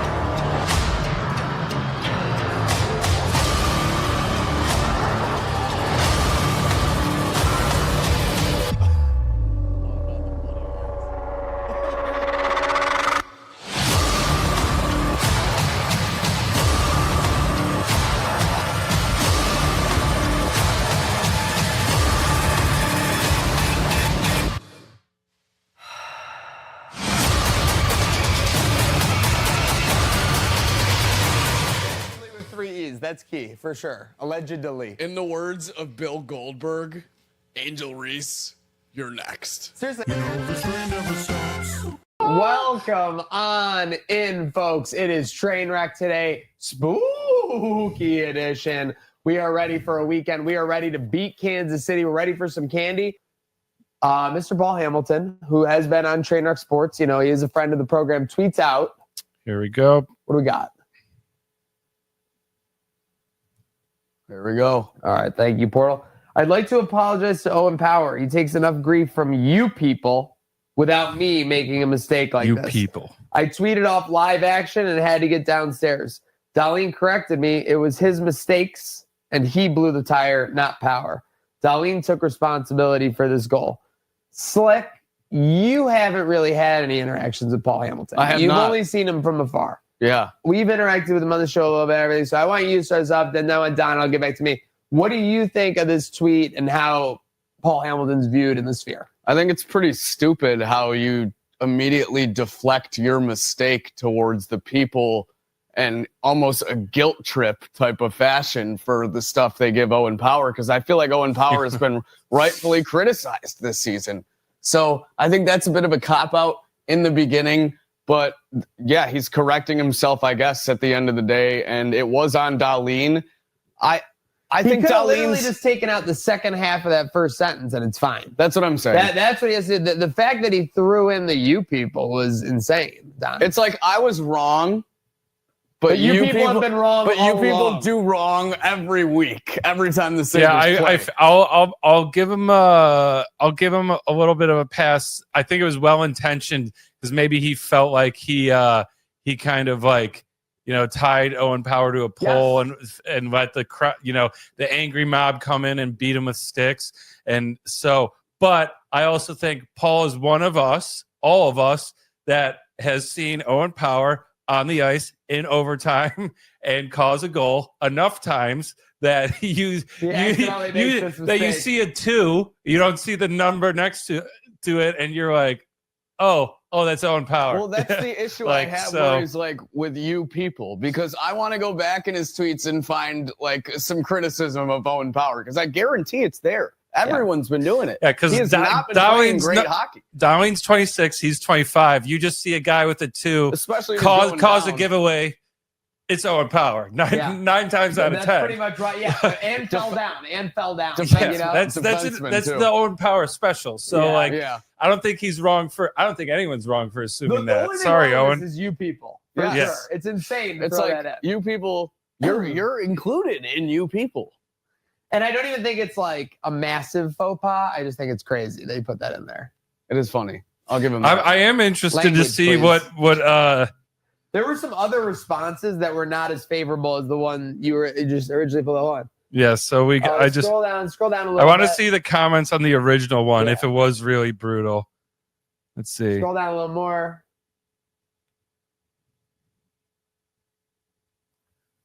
2 in a row. I like Tyler Troops, Paul. FYI, that was Darlene.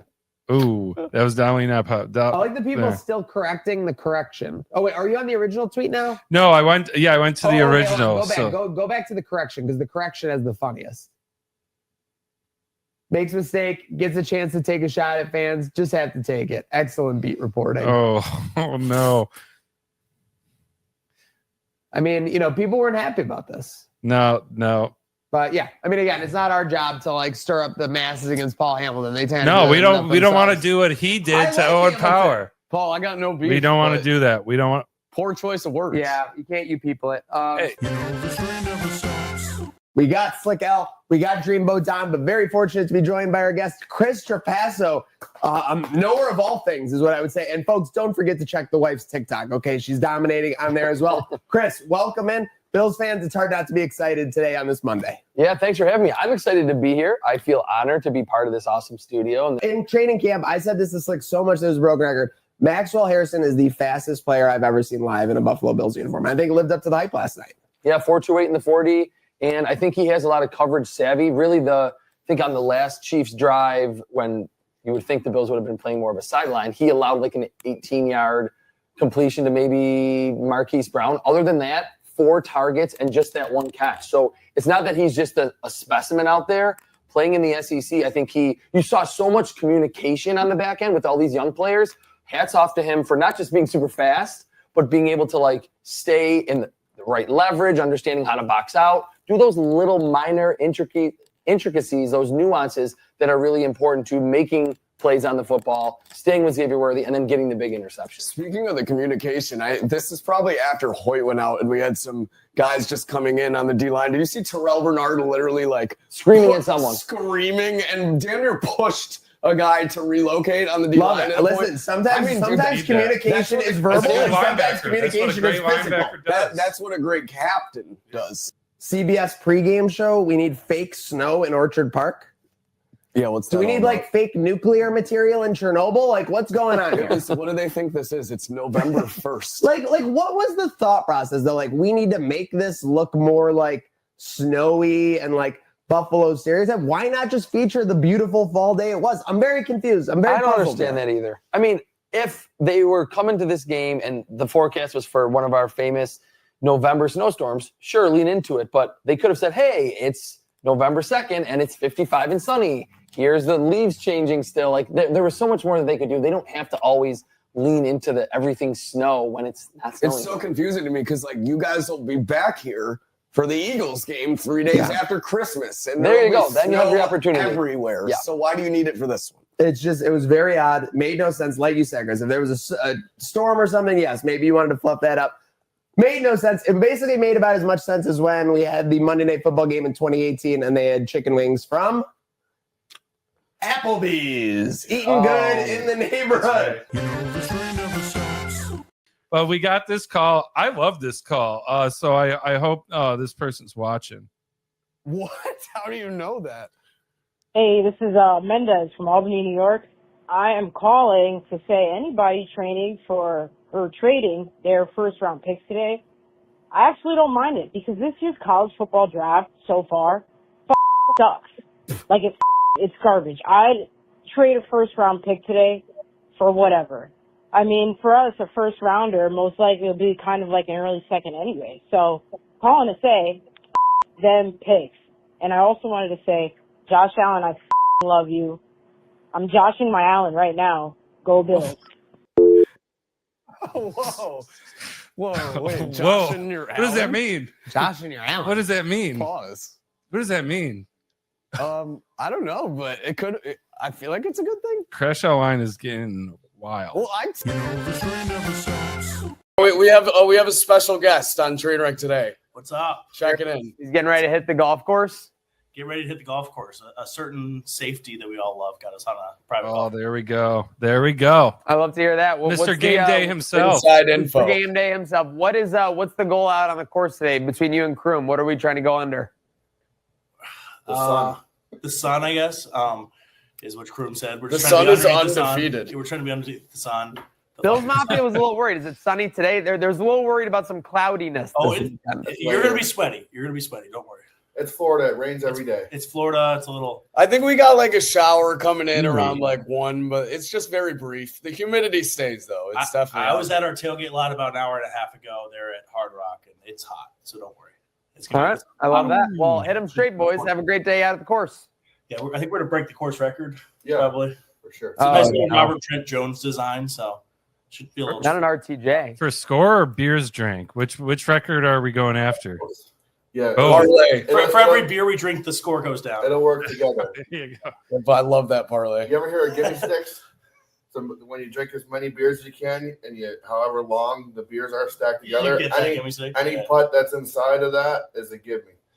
There's some of these tournaments where every I like beer that. you drink is another like minus. So like you can either like you can be like 10 under and have 40 beers and you're 50 under. So we might do that today. Sounds like one of those charity like events or one of those tournaments where a bunch of shlomos shoot like a 48 over 18 holes. Yeah, I mean we're talking. This is the only way I'm ever getting close to sniffing pars if I can count my beers towards that. So very true, very true. All right, well, thanks, Everybody John. in Miami on Sunday. There's still tickets available. We have game tickets plus tailgate tickets, $180 all in. Like upper deck game ticket plus tailgate all in. Get it now. GameDayBuffalo.com. Okay. Get it now, y'all. All right, boys. Taking care of business. One question. One Buffalo to take care of. Wait, what do we got? One quick question.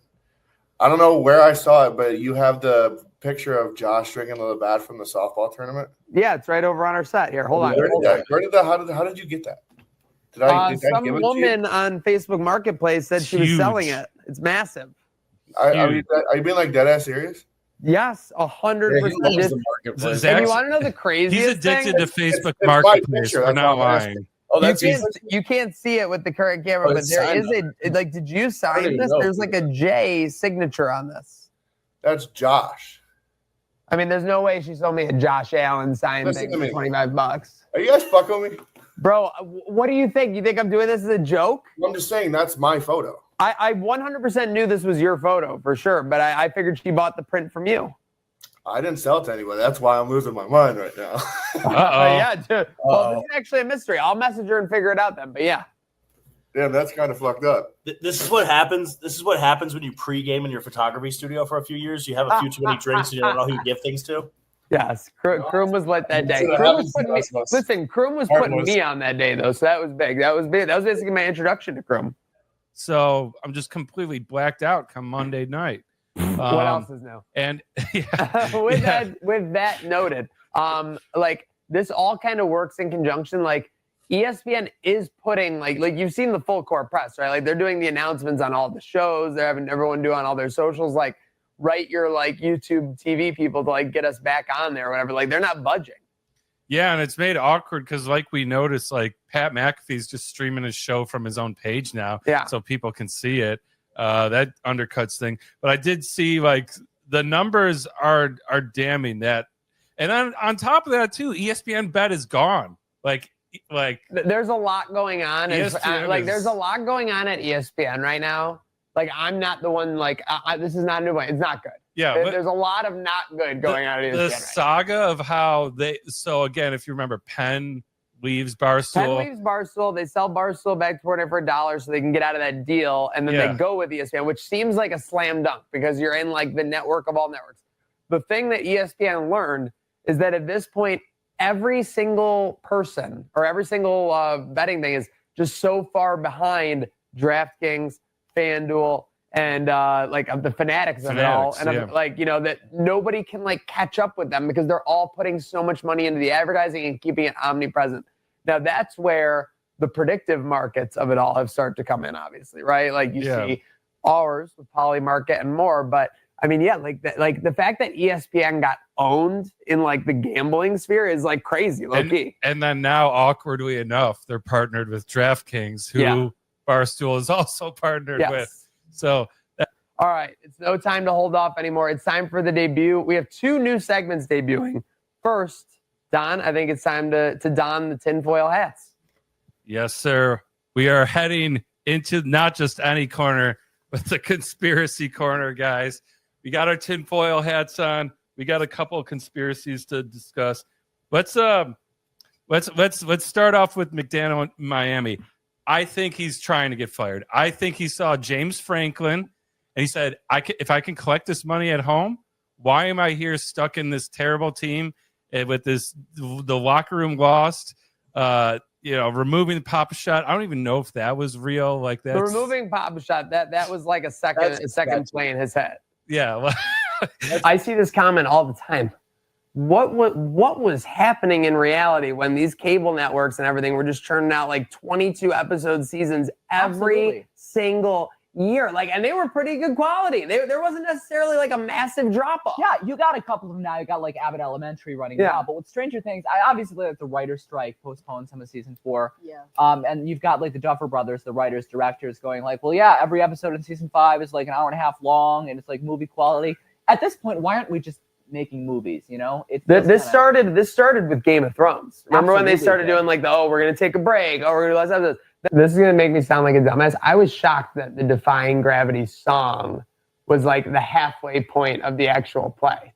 Oh, really? Like, I thought for sure it was possible that like that was like near the end, and then the next time they reconvene is when she comes back to get kicked. You're saying Defying Gravity is like the end of a movie. Yeah. Oh, I mean, it was. Well, she overcame. She decided she wasn't gonna fuck with that wizard, and she went off and did her own thing. In fairness, it was the end of part 1. I don't know if you're familiar at all with the show.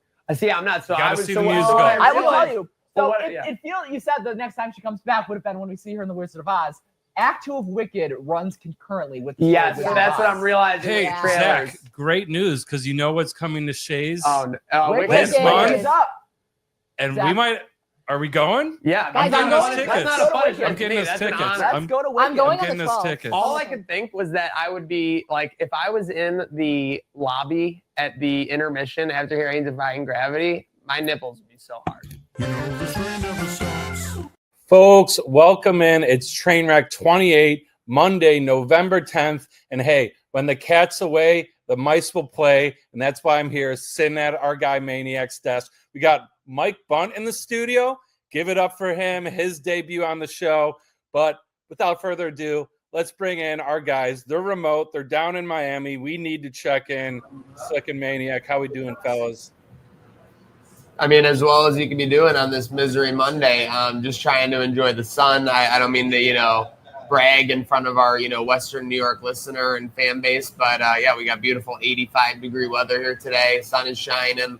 The city's, a buzz still, after obviously what was a big Sunday. So not a lot of Dolphins paraphernalia today, as much as you might expect, but yes, it's not exactly where you want to be now. All the Dolphins fans left town because they're not from here anyway. And just some Bills on Misery Monday, like Maniac was saying. Got to soak this all up in while we can. Just enjoy the South Beach for a minute, the beautiful white sand, because I'm seeing a different type of beautiful white on the ground at home that I'm not exactly excited to get back to, especially after that Bills performance yesterday, gentlemen. Oh, breaking news. We got breaking news, right? We got a video. No, we got breaking news. I'm sorry. We got breaking news over this. I just got the text. The New York, this is according to source. Pull this up on Twitter. This was just texted to me. So if it's wrong, I blame the person. Giants fire Brian Dable. What? That's what I just got texted. Do we bring him home? Dable. Oh my God. Bro, Jesus. stop. Adam Schefter. Sources. Okay, so it's official. So a lot of people, are you telling me right now that the Bills Mafia narrative just changed live here on Trainwreck today, boys? This is why you go live. This is why you do it every day. Oh, wow. The talking point is now a reality. Do you bring back Brian Dable? And don't even tell me for a second that, he doesn't like McDermott. He's not going to, anyone gets a job in the NFL, they'll do anything. It's not off the table. At least bringing him back in some way, some shape or form. I would be intrigued. Now, if you would have told me this a couple years ago, I would have said, no chance, get this guy as far away from Buffalo as possible. But the passing game is kind of a mess. This is the one guy that kind of turned Josh Allen into Josh Allen. I think Sean McDermott definitely would be more open to it than in the past, but I can't see the Bills ever doing anything. Looking at our other football, though, the one bright spot, UB Bulls. Yep. Right? Yep. Maybe not so bright, though. Well, we stand a Buffalo sports team that hasn't lost in the last 100 hours. Let's go. But maybe not so bright. What's going on with Pete Lembo's? But Coach Lembo might have taken a slight owl here. Lembo always preaches ball security, and I think when he gets to the next practice, the players are going to be talking about account security. It's because first off, the for real and the FR in this tweet, by the way, could have got away with it if it wasn't for the FR.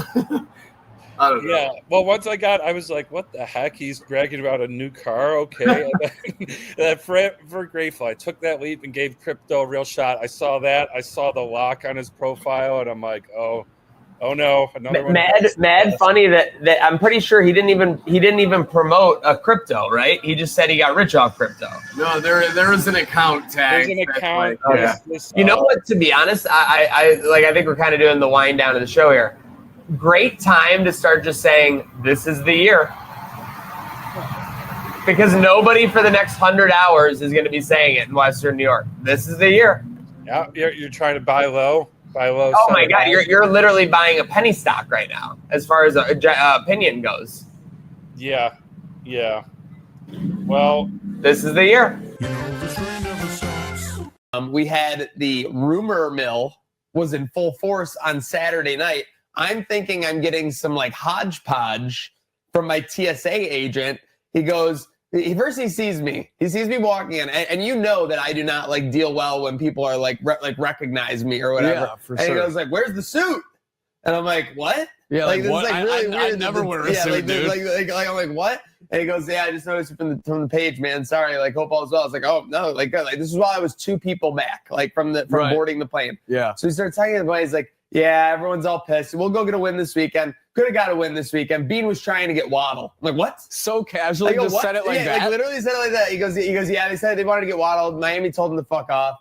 And then it goes, the train never stops. All in literally 10 seconds. You can ask my girlfriend. I messaged this in the chat right away. I said, hand on the. Yeah, no, I remember this. So wait, then he says all that in a 10-second span, and do you go like, how do you know this information? Like, I was about to, and he mentioned he books their travel. I put this in the chat too, that he's like the administrative, like. I remember that. Outing him right now. That just wasn't part of the 10-second spiel. So I was like, where did that come out? I don't know how hard I'm outing him by saying that, because they probably have like there's like a million 8 to 12 TSA people, agents. 8 to 12 people at least. I would say. But like the public couldn't just go to the airport and be like, anyways, there he is. But anyways, I'm like, okay, that sounds like bullshit. I wake up the next morning, Sleepers got the story like with a million pops. By the way, crazy that timing of that coming out, like a couple hours before the game. Bean wanted to get that out. Yeah, yes and no. A PR move, because everyone was mad that they didn't try and do something. Well, I mean, Bean for sure was not like unhappy it came out, but I don't know. For me, it was like maybe like Waddle's agent. Does he expect to go in today expecting to get crushed? Yeah. And then things just went differently. That's why he wanted the news out, to make everyone well aware that Jalen Waddle really was trying to make his way out and the team's holding him hostage. Or was it just Bean getting it out there that he was trying to make a move and didn't want to give up a pick? So trying to make everyone happy with that. Bottom line, that TSA agent checked out. More ridiculous video to come out of the weekend. Fight in the stands, post-game celebration for Miami in their locker room, or Mike McDaniel at elbow room skirting by after being 3-14 against the Bills. For me, it's a very tight race between the 2 and the 3, especially after that angle where we actually have video of McDaniel pulling around that said corner now. It's not even a question anymore, but it's got to be the locker room celebration. I mean, you're hitting the train with the laundry cart. You guys just went, you're 3-7.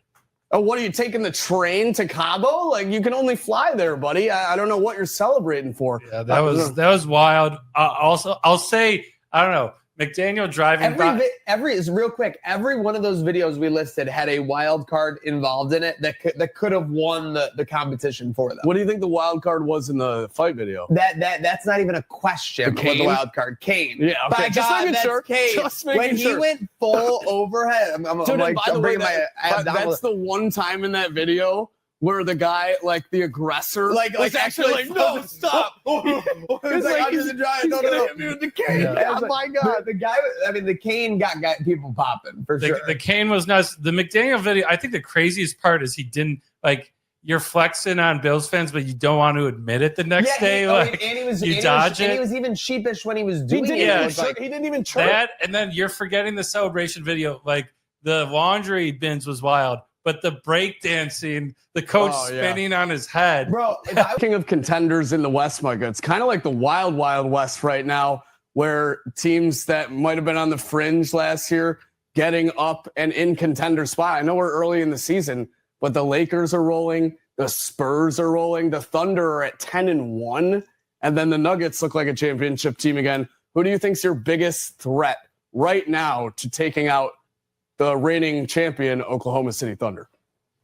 Biggest threat is still the Nuggets. I think the Nuggets have built I really love the roster they built around Jokic. I think it's one of the best rosters they built around him, just the most complete rosters. And he is still, regardless of how amazing Luka has been, until further notice, Jokic is the best player in the league, best player on the planet. And in the playoffs, he's such an impossible guy to deal with, that I think that team, if they're deep the way that they look right now, Jamal Murray's looked better this year than he has in years past. He looks healthy again. It's still the Nuggets. The Spurs are fun, and we'll see what they look like with Fox coming back. The Lakers are fun. We'll see what they look like with Bron coming back. But they both have, the Spurs have a shooting issue. They don't shoot the ball well. They play great defense. The Lakers shoot the hell out of the ball and play no defense. The Nuggets are the most complete team ready to deal with the Thunder. But the Thunder right now, man, they're 10-1, and they don't even have Jalen Williams playing right now. Like, they're without their second best player in 10-1. I don't know if anybody's a threat to them. I'm Adam Silver. I'm literally eyeball deep in scandal. How do I get out of it? I go to my guy Draymond Green. I say, cause a little stir, bud. Yeah. Cause a little stir. Because he's got nothing better. I'm telling you, like, this is absolutely. What were the two things that Adam Silver could make the call on? Hey, Draymond Green, cause a stir. Hey, LeBron, come back like as soon as possible. Yep. Bang. The scandals are done. Yeah, which Jeff Green, double bang. By the Double way, bang. to the LeBron, I saw so many people being like, "What? You're offering me free money minus $850 for LeBron to get 10 points? Oh, I'm taking that." People putting enormous amounts of money. Guess how many points he got? Oh, because I saw this. Like, people, you're right. I saw like the over 5.5 first quarter. Like, oh, this is free money. Like, what did he get? 6 points total? 11. Oh, no. Hit it by the skin of his teeth. Wait, who is this? LeBron. So everyone on Baby gambling, Bron. NBA gambling Oh, Twitter. Bronny? Yeah, no, LeBron. He's back. He played last He night? played last night. Oh, my 11, God. 11 points, 12 assists. Oh, my Dude, God. And I he love played 30 headlines. minutes. LeBron James makes historic season debut, but it's only historic just because it's his 23rd season. Yeah, It has yeah, nothing literally. to do with his performance. I thought he was on the way back. I didn't realize Well, last night. that's- I was in 30 bed early. minutes. 30 minutes. Oh, my God, he's got sciatica? I didn't notice that. I didn't Yeah. know that was what. That's like the old man Yeah, like so disease. you're right. So Tuesday, or I'm sorry, Monday, it was like he might be coming back, and I put that in the show notes. And then last night, it was just all of a sudden like Like, he's okay, back. starting. So I had to emergency Oh my like God. edit show Wait, notes. so on that. I thought you told me last season that they got rid of these LeBron 10+ point props because everyone is just making a boatload of money on them. Nope. Well, I think they were hoping that he was going to get limited time, but he played 30 minutes. So I love you, Josh, but I don't know if you're seeing ghosts last night or what. I don't know what you were on. I don't know what you were on last night. He stunk. I'm going to say it. No one likes to say it. Josh Allen stunk the second half. No Bills fan likes to give Josh Allen any blame, like, truthfully, because it's just not fun. It's not sexy. That's our guy. And truthfully, it's like, again, when you're blaming Josh Allen, you're blaming like Superman for like knocking over a building while he was like fighting like an alien. So it's truly a tough spot to be in as far as like Buffalo fans go. But yeah, I mean, he deserves some credit. When the offense can't find the end zone for the final 54 minutes of a game, Barely found the red zone. yeah. It's not like they were getting into it every time. They were going 3 and out, 5 and out for most of this, what felt like the second and third quarter. And for sure. Insult to injury, there's a few things we got to mention. Prater missed extra point. Cost us a field goal, potentially overtime. We get a field goal, go to OT, and squeak out with an ugly W. No one cares. No one cares. So much better. No one cares. At 8 No one and 3 cares. than 7 and 4 for sure. Yeah. So I mean, and again, like if you miss a 45-yarder, that's one thing. Okay, things happen. You miss an extra point in a dome. We're inside of a dome, and we're missing extra points. And not like it squeaked by. There was pretty atrocious kick, actually. Yeah, well, never had a shot. Lines were pretty bare after Sunday, but they really exploded last night. I mean, if you had it was going parabolic. Yeah, so we got a couple texts. Let's start with the text. Here we got this one. We got, is the script to have the Bills' last game this season, the Red Helmet Jets game at the end of the season? No. Squeak in the last wild card spot. Don't host a playoff game so the wrecking ball can come in a month early on the Ralph. Or is Josh in a Freaky Friday scenario where he switches bodies with the QB he is playing against? Go We may have Bills. to put that one in the conspiracy corner. Yeah, Justin from the Red Helmet trailer in Twin Oaks. He didn't want to be anonymous. He wants credit for that one. We want continued correspondence from the same people. Well, we got another regular coming back. Shout I out heard Justin later. in the red trailer, whether he knows it or not. Tailgates next So to we our got bus this every week. Now buckle up. We have another text message. This is a long one. I don't even know if you're going to be able to read it. It's a scroll job. Okay. Yeah. This is paragraphs on What paragraphs. is this, a CVS receipt? Oh, my goodness. What I don't understand about the Bills is how badly we play down to our opponent. We play the Ravens and Chiefs and come to play locked in, and then we play the Dolphins and Falcons. Absolutely shit the I'll bed. take over halfway through. I can't take it anymore with playing down to our competition. Yes, the Texans defense was very good, but with the opportunities we got, I don't understand how we not block for 3-4 seconds to deliver on at least one turnover on downs. Go. And the defense allowing Davis Mills, who couldn't even score points against Buffalo last time he played them, drive down the field several times at his own will and complete passes to open receivers is ridiculous. The best part is 7-4 isn't even a bad record. That does make this all the more miserable. And we still have a fair shot in the eyes of millions of people who watch football to make something happen in the playoffs. It's just the fact that every loss, when it is 100% preventable, 3 turnovers every loss. Come on, I agree. Going into last night, you just needed to not lose the turnover battle. Now, again, it's easier to say when Josh Allen's literally under duress every 2 seconds. But this guy hit the nail on the head with a lot of stuff. I mean, the inconsistency makes you think this Bills team can't get it done, for sure. I mean, you have Josh Allen. You have a defense that can play well, but there's just so much inconsistency. This guy hit it on the head. Or she hit it on the head. Yeah, she hit it. And then we got 2 calls. Okay. Let's hit up the first one.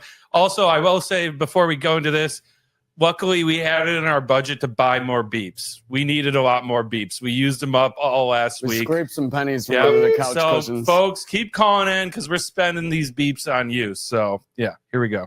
The actual is the Bills. What the why do people get hurt? Why can't It's a great the question. refs just love us for once? Also a great question. What do we need to pay them? We've raised millions for the Patricia Allen Fund. Let's raise millions to pay off these fucking refs. Because what the oh, Prater, why are you kicking like Bass? Oh no! This is horrible. It's beginning of the end for Prater there. This is horrible. Catching strays. And Josh Allen, Uh-oh. roll the yips away. Listen to your Oh, no. tells you to calm the F down. So calm the F down. Grow up. I love We'll how give him she a beer was... on the sideline. He'll be fine. A beer and a Zim. Can you All we imagine need. a beer and a Zin? A beer and a Zin Pop it might up be for the Becky. ultimate this week we need. Shot from the beer. Go out there and you're fine. Oh my gosh, he needs to get his together. That's what I'm Anyways, telling you. Amidst these craziness, that's a gem. If Josh could get one like Labatt and a Zin at like the middle of the third quarter, I feel like we'd be playing great. Maybe middle of second. Yeah, maybe 2 beers, whatever it takes. Also, I 3 love beers. and then I had a tequila soda. I love how they said like calm the F down after saying fuck over and over and over. Sorry, intern, you might need to bleep me on the fly, but Well, the live bleeps are fine. So, and then got a call from our good old friend Mendez calling into the show. Mendez, we love you, bud. Keep calling. Mendez, we got something for you coming on the way. Yeah, The Mendez line. We have a gift for you that so hop in our DMs and send us your address. Tell We're us gonna where send you're you at. we're gonna send you something real nice and out of appreciation. Keep calling, they're awesome. Here we go. So what's up? It's Mendez from Albany again, calling to say that Joe Brady and Adam Henry should be working at the Albany County Jail mess hall. I will not discuss anything further than that, but I'm sure there will be an opening position for them to work there, and they should be sent there immediately. No. Dream Boy, I with you heavy, man. Just wanted to say that. Ryan Vandermark, your time to Thank you, shine boy. is coming up, boy. Them up, bro. Us. Them up. You got this, man. Going forward, I'm so fucking pissed. My fucking weekend's ruined. Thanksgiving's fucking ruined. It is ruined. Go Bills. I love how everyone, no matter how mad everyone gets, they always end with the Go Bills at the end. Do you have a cousin It's- named Mendez? by any chance? I don't. He's just a fan. Thank you, Mendez. We fuck with you heavy here at Trainwreck today. So Today, speaking of beer getting it done, Don, yep, it's feeling pretty good in the gut right now for those Sabres. How Guts. about that Sabres fan who downed nine beer Sabres on Friday? 9 beer Sabres. We're gonna have to need an official. I don't know, like Guinness comes in for world records and has someone officiate that. Don't know the validity on it. Let me see the receipt. Want to know how much that costs. As a season ticket holder, I will say you get a nice little discount scanner where you get, depending on the item, something like 20-30% off. Not for the beer saver. Also, right before the show, devastating news. Oh, no. Oh, yes, I heard this. Because, beer saver, we said it saved the season. Friday night vibes were super high. We're 2-0. Sunday, we got the butter dish 2 with the Sabre. And I just heard no Sabre on weekday games. No weekday games. I'm gonna have to for sure find out this is true. But I got a text from a reliable it's true. season ticket holder. Yeah, it's true. Damn true. It's damn true. Okay. Yeah, no, I saw it on the initial report, and that was my initial reaction. Was you made us wait all this time just to enjoy a beer saber on the weekend? I mean, the 2-0 start with the beer sabers. I mean, if we go on like a 3-game losing streak, tell anyone associated with sports, the Sabres ran blank promotion the last 2 days or 2 games. They won both the games by multiple goals.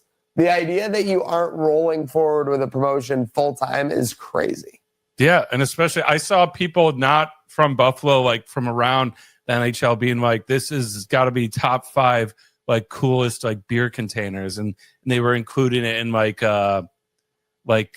some baseball one. I'm forgetting, but there was like a collection of the coolest beer containers to drink out of, themed containers, and it feels good. It does feel like the whatever is going on in that office, they nailed it. They nailed it. They got something right.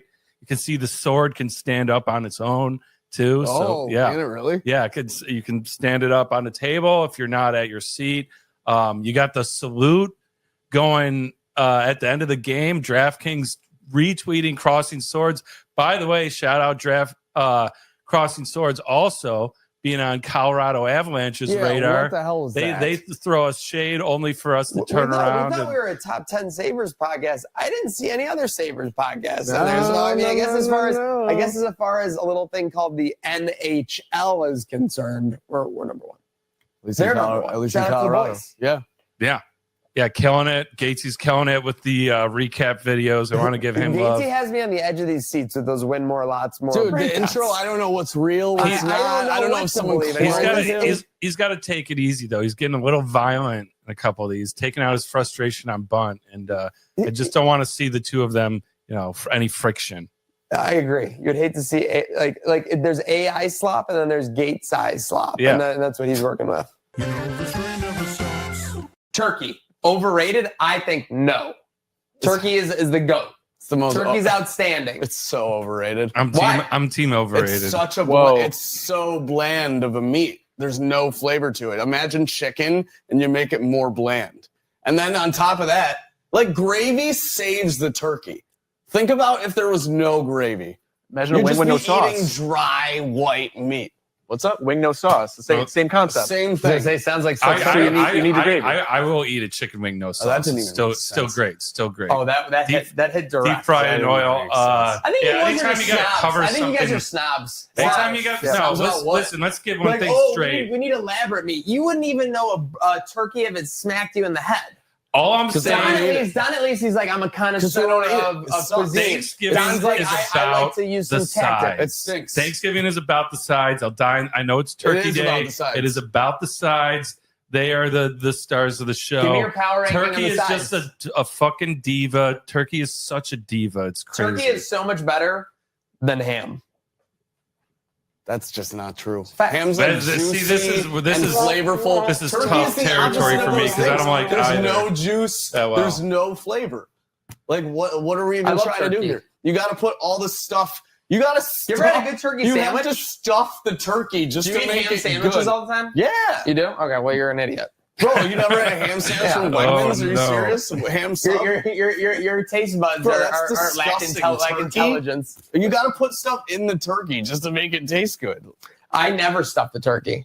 What? I eat the turkey That's straight just- bird. that's Straight bird, yeah. Straight bird. Straight bird. That's sick. Maybe a little There's gravy. no way. Don's You don't like- even make the turkey. Okay, What are you don't make talking shit. about? Give me the yeah, well, do you? Of course not. Okay, so then why are you even talking Well, about you're it? like, I don't What- put shit give me in the give me turkey because power. you don't make it. What is going on? How is that a criticism? I say I don't stuff the turkey, and you go, you don't even make it. I go, well, yeah, I don't prefer it stuffed. because you don't stuff it, so therefore you don't make it, therefore you don't stuff it. So it's a double entendre. Okay, so what are the power rankings? What are the top 5 sides, Don, for Thanksgiving? All right. And I'll tell you how many you get correct out of 5. Okay, so everyone has a different dish, but here's what I'm going with. I'm going with the classic au gratin or scalloped potatoes. Okay. Cheesy potatoes all day. That's number 1 with the bullet. Number 2, I'm going with mashed potatoes. They're made well with garlic. It's incredible. If it's made right, you don't even need gravy. Lumpy or whipped? So I like whipped, but with the shreds of skin in it. It's delicious. I don't mind that. I do not like lumps in the turkey, or sorry, in the mashed potatoes. like I like them whipped. Yeah. So right there, 2 potato ones right off the rip. I might have kind of backed myself into a corner with that. But number 3, we're going with stuffing. That's better than turkey for sure. Easy. Now you could say maybe the turkey had some flavor, but stuffing, bang for sure. I'm gonna go after that. I'm gonna go back to the cheese world. Not everyone has this, but my family does mac and cheese, spiral mac and cheese to be specific. And then, well, oh man, I backed myself. So I would actually. I'm gonna change. I'm gonna put. Oh no! I'm gonna change it. I'm gonna take everything from 3 down and remove it because what? Not remove it. Just put it down. We're just gonna put them down one space, and coming in at number 3, we're gonna put veggie lasagna. So normally I hit that up instead of turkey. I'm all about the lasagna. Again, my family kind of does things differently, and then. That's just the sides, desserts. That's a whole nother world. Desserts, we're in a whole nother land, you know. What do we got? What do we got, guys? I'm trying to think of a 5th, but right off the top of my head, green beans, if done right, steamed, absolutely smack. The mashed potatoes are probably a 2 for me, a solid 2. 3 would be the mac and cheese as well. Number 1 by far is the stuffing. And it's not even close. 100%. Mashed potatoes solid too, but stuffing is just way up there above the bar. Does anyone like that weird canned cranberry? I'm not the biggest cranberry guy, except for when you made that cocktail. Every Thanksgiving it's there on the table. I feel like there's only one person, and it's the person that made it. Well, that's eating it. It's like the cranberry sauce, right? Like, what do you put that on? Do you put that on your turkey? No, because I'm not a psycho. Just checking. Yeah. So anyways, the turkey steals the show. That's what we kind of see. So we move on here on Trainwreck. 1-1. All right. Pre-turkey eat Well, edition. if we want to, we got to With fight some too. guy who looks like he has a broken. Thompson? No. Yeah, that's Tage. Oh, Thompson. Tage Thompson. Tage squared Tage up throwing right off haymakers. the- Oh my gosh! Oh, they freed up. They freed up. I'm sorry, folks. Here at He the lost VIP his at Batavia bucket. Downs. He lost his bucket early. He lost his bucket he's got him early. in a He's headlock. getting the other guy's Oh, bucket. the ref's Both off, buckets off. This is literally like Optimus Prime versus Megatron. Oh! He put him right down. He gives him a pat on. Kind of in the back of the head, but I'm not going To be honest, I feel like Homelander and the boys. I started looking around thinking I bothered everyone. Everyone's amused and loved it. Boys, thank you so much. Boys, we just turned into John Anik, Joe Rogan, and Daniel Cormier the way we were commentating that fight. I'm not going to lie. I don't know if there could be a worse place on earth to be an away fan watching a game than McFadden's done. Yeah, I think, we were talking about how Steelers fans weren't really rowdy. Well, there it was a much younger crowd, and people were definitely rowdy. The slightest, like tackle on a 3rd down, or that fumble we were talking about before the show, they went crazy. Got introduced to a new Steelers song we had never heard before. The Here We Go anthem is crazy. Yeah. It goes pretty hard. It's got some country vibes. Here we go. It's very decent. I would say the fans there were a little crazy. What did you think of my take on the DJ? Yeah, I mean the DJ. I think he was just maybe there's just not much to be excited about as a Steeler fan these days. So you got to take every chance you can get. But yeah, they get a stop, they get a fumble recovery. It's the "Here we go, we're going to the Super Bowl" song every time. 2 or 3 times, right? Like in the first half. Like, so I don't know if he was going the anthem, yada yada, but it's also very funny, Slick. Like on the James Cook fumble, I don't know if he was like about to go live or something. He's like, oh, the ball's out, go get it! Like, and he was like over like the whole thing, right, Don? I'm not making that up. Like that actually happened. Yeah, there he were was a couple emceeing plays a little where bit. he was like so imagine like a Biacco at Rec Room. Like it was just so amateurish, like in my eyes. And then again, it was the voice of Joe Pesci. Oh, there's a ball out, go get him! Like, I can't do the Joe Pesci voice right now, but it was just ridiculous. I'm gonna have one slight complaint. So, by the way, this place was packed to the gills. So if you're like a Steelers fan, I'm sure it's the best. Like, you know what I mean? Yeah. But as an away fan, it sucks. There were some other Bills fans there, but yeah, we were outnumbered, deep in enemy territory. Kind of felt cool though, until things started going like poorly for the Bills in the first half. I'm gonna say though, at this bar, I get a Guinness. Traditionally, Guinnesses are in like 20-ounce glasses. I'd settle for a 16. They're giving out like what looked like 12-ounce like plastic cups. I'm paying like $7 or $8 for it, so that was kind of brutal. Unacceptable. We didn't go in because I'm like, this way I can, instead of spending on the ticket, we can get another side of content. I'll have some beers, save a little bit of money. Didn't seem to be the case, but switched up the vibes for the second half and immediately paid Don off. and I were kind of like morally dead in the water. We were just like, oh, like it sucks. We're like 7-3. Like, especially because the Bills were moving the ball, like rushing. Nobody was really passing for anything in the first half yesterday. Gatesy is like, you guys want to change up the vibes? And like, it was something like, you didn't think about until like that moment. And we're both just like, yes. We go down the road to Southern Tier. We strap in. First play from scrimmage. Bosas and Mimosas, Slick. Bosas and Mimosas getting not only 2 Rodgers, laying the smack. Oh, that was down. like there's a sack, and then there's a here bear comes hug the behind, boom. crush him. Yep, here comes the boom. Quick scoop from your boy CB, and the rest is history. Off to the races for sure. I mean, Sabres fans are feeling pretty good in the gut after that 5-1 win over the Jets. Always feels good to beat the Jets when you're in Buffalo, whether it's the New York or the Winnipeg, causing the Jets to have a players-only meeting. Yeah, you love when that happens. I mean, Bills have done that to the Miami Dolphins before. Seeing the Sabres on the other side of that, I mean, that's all you had to see. Everyone I talked to that was at the game or watched it was just blown away by how great it was having both, Norris back and Benson. There was some Ottawa-Buffalo rift because Norris scored 2 goals, 2 even-strength goals or something, and that was as many as Dylan Cousins has in the last month and a half or something. Oh, wow. So, yeah, so I guess they're tied. People are salty. Now, again, but truly said, like you said, this is the first time all year, it feels like, where that top 5 to 6 is kind of where they wanted it to be. Yeah, and I mean, it's all year long. It's puck battle, control the neutral zone. This game, I mean, they're dumping the puck in. They couldn't get anything going. We were just right out with it. Great puck movement, minimal giveaways that the Sabres have been patently known for in the past. I said it walking out of the stadium, quick movement, quick feet, quick decisions. Everything was quicker. Everything was what we wanted it to be. And then I turn on the Lindy press conference in my car, and the first thing he says is, I really liked how quick we were playing tonight. There you go. So me and Lindy were on the same page, and that's what it is. Like, we're a speed team.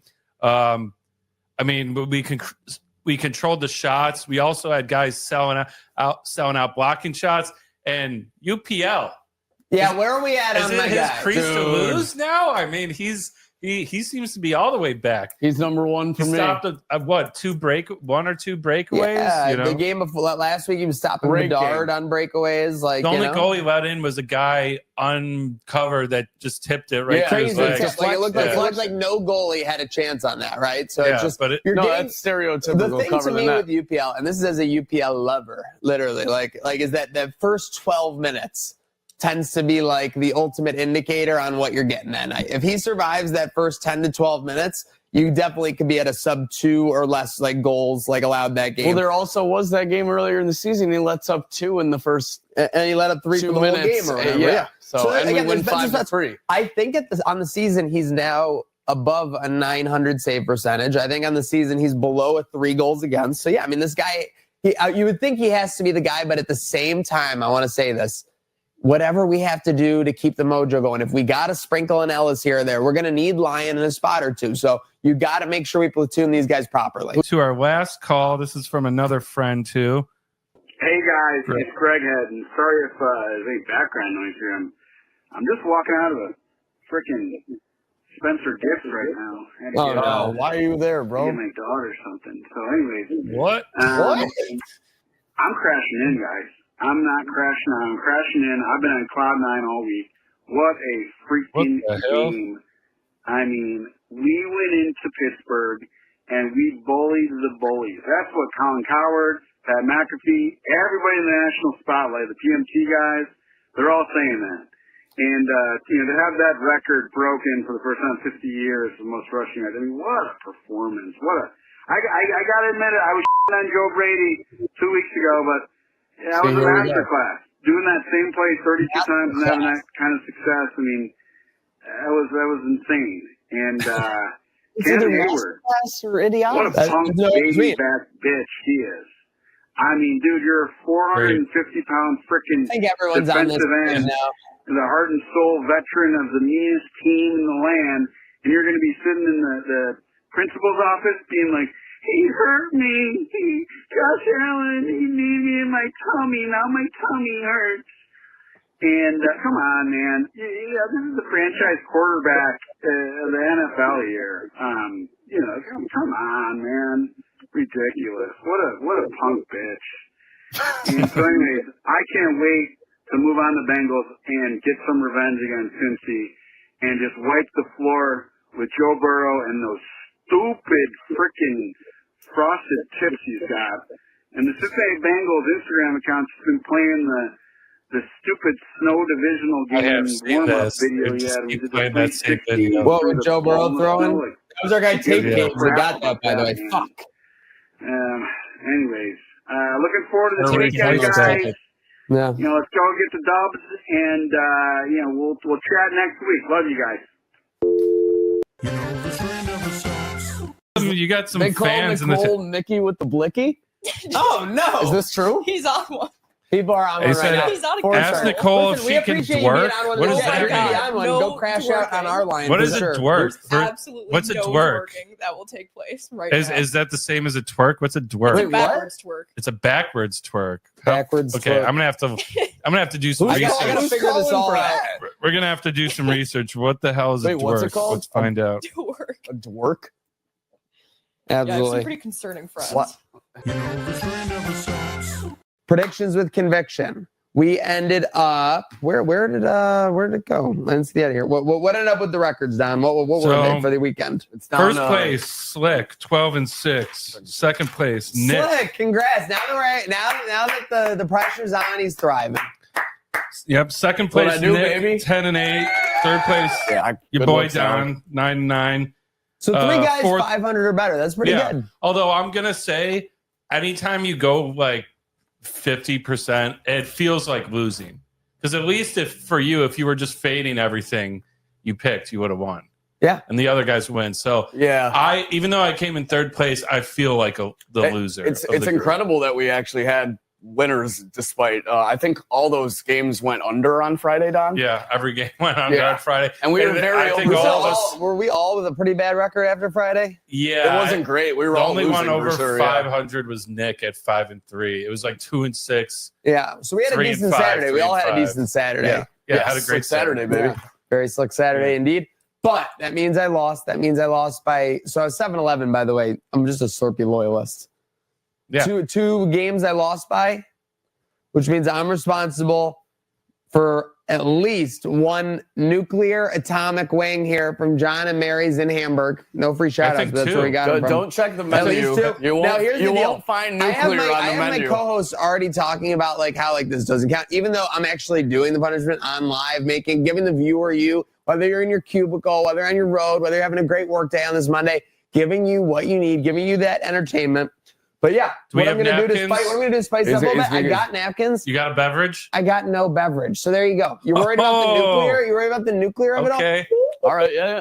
We might need someone in the studio to grab it. Maybe it will be me. We're probably going to need a beverage. All I got to Someone back say, the there only can one I'm get one. crying at the end of the day was Joey B. 2 picks in the fourth quarter. Slick, take us back to the start of yesterday, getting ready to go to the game day lot. Got through the lot cast successfully. I don't think any equipment was harmed, so that's a win. That's a dub. No. Oh, we had a victim. Unfortunately, I wish should I pull up the picture of this of Gatesy's keyboard? Oh no, pull it up. Pull it up. Yeah. Yeah. So, listen, I sometimes didn't those mean to heaters. slight your keyboard. I'm So sorry. obviously, game day has these amazing heaters which keep you very warm when you're in the VIP tents. Toasty.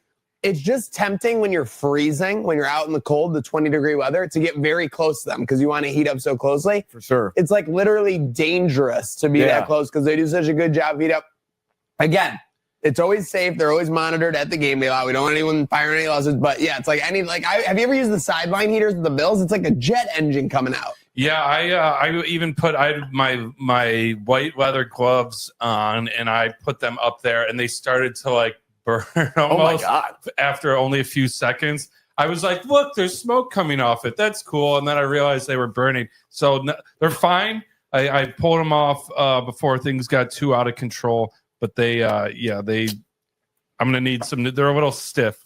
A little stiffer than they should be. Forgive that audio. They couldn't get me a sick mic. I had to make sure. I'm getting all the sauce here, folks. I am trying to be a nuclear.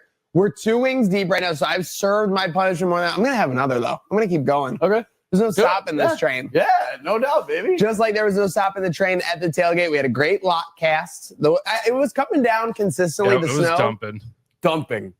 But it was almost more like rain snow. It made you more wet than like it made you like heavy. At the tailgate, because once you got into the game, that's when the real snowfall started to happen. And it only let up for like 5 minutes in the third quarter. I turned to the person next to me. I was like, it's finally not snowing. And then 2 minutes later, bit my words. But yeah, successful tailgate. And then really got dumped on going into the game. How was your section? What was your experience like? My section was good. Again, frozen seats, so there was a frozen layer on all the seats. Your butts of course, were getting wet for sure. Butt wet, cold wet. So I just want to say, guys, next time you don't think we're going through. Whoa, what the heck? There it is. All right, up. It's loading. It's well, loading. this is it. They don't want to show how badly this keyboard was burned. Okay. Whatever. There's some tech issues. All right, we'll get to that. three deep. I can feel the bead of sweat coming down my forehead. I'm going to take a little break. Here we go. Look at that. Oh, my God. Melted keys. One popped out. So next when time. people see that, they're going to be wondering what Gatesy was doing at the tailgate, though, too. He was on fire, clearly. He was typing so fast, Dude, getting clips out so it's fast. Actually, he was melting his keyboard down. It's actually appropriate that Gates' keyboard melted because the way he was dialed in editing for like the whole tailgate yesterday, like literally let him cook. This is what happens. Yeah, next time you think your whatever show isn't doing enough, just we're out in the elements, and we got laptops down. It is time to get ready for the craziness. It is time for the Christmas draft. Here we go. Let me see if I can get this going. Give me a couple bangs. The double bang. Oh, what do we got? Oh, heck yeah. Oh, geez. I love this. I'm so ready. Oh, Pearl! Oh! Oh, no. Phil, are you all right? Crash out. Guys, All it's righty. madness here on set. So we got madness. We've unleashed the hounds. Literally, we've got Leia, Phil, and Pearl all doing their thing. Phil looks like he got a gimp coming off the chair. Hopefully he's okay. But that's okay. We are into the madness. We've got the Christmas ambiance playing. Over there. We got the Christmas ambiance playing. It looks like we're settling down. We've got myself, Slick, Abigail, and Donnie will all be drafting a Christmas movie, a Christmas snack, a Christmas character, a Christmas decoration, and a Christmas song. So, Slick, you randomly generated the draft order, which you did with absolute integrity. Are we doing a snake draft? Snake draft, 100%. I did this with the utmost integrity. I'm not going to plug the website, but just so you guys, I showed him this before the show, what's the order? So he'd believe me. I can't see because I came in one. It is myself, Abigail, Maniac, Don. Don gets the double at the end. Fuck. So, all right. Just to keep these categories on my mind here. Okay. We can go any order, right? We don't have to go these rounds. So not just because it's listed first, but because this is a layup. Oh no. And you would want it on your Christmas squad if you were anybody. Going with a movie first. Okay. And that movie is none other than Home Alone. Ooh. Okay. Culkin. It's very taking you. the big one, taking the obvious. Yeah. It's a home run hitter right off the rip. You can have your designated batter up to hit first. I'm going to do it. Okay. I'm ready. Yep, ready to rock. Mine is obviously also a classic, but this came out when we were younger, and I was just enthralled by this movie, and I still to this day, it's amazing. Polar Express. That's a good choice. Hot chocolate. Yep. Hot. That was Yeah. on my board. I had to pick between that one and Home Alone. When I'm he not got gonna the lie. hole in the pocket, I cried. Oh, God. Did you really? so Yeah, who Yeah. could not cry? It was going. But I will also be crying a tear of joy as I get. Well, listen, you guys go movie early, so I got to adjust my board. I'm going to go with something that's going to win me a big population grab. I'm going to get a huge demo here. Give me a song. Mariah Carey's All I Want for Christmas. Give it to me. Yeah, that's a good choice. Oh, so we can jump out of order. Yes. Oh my goodness, I didn't know these rules. She's adjusting. She's learning as we go. Yeah, so Dang. that being said, So would too, you have gone I'm, the movie still? No, it's fine.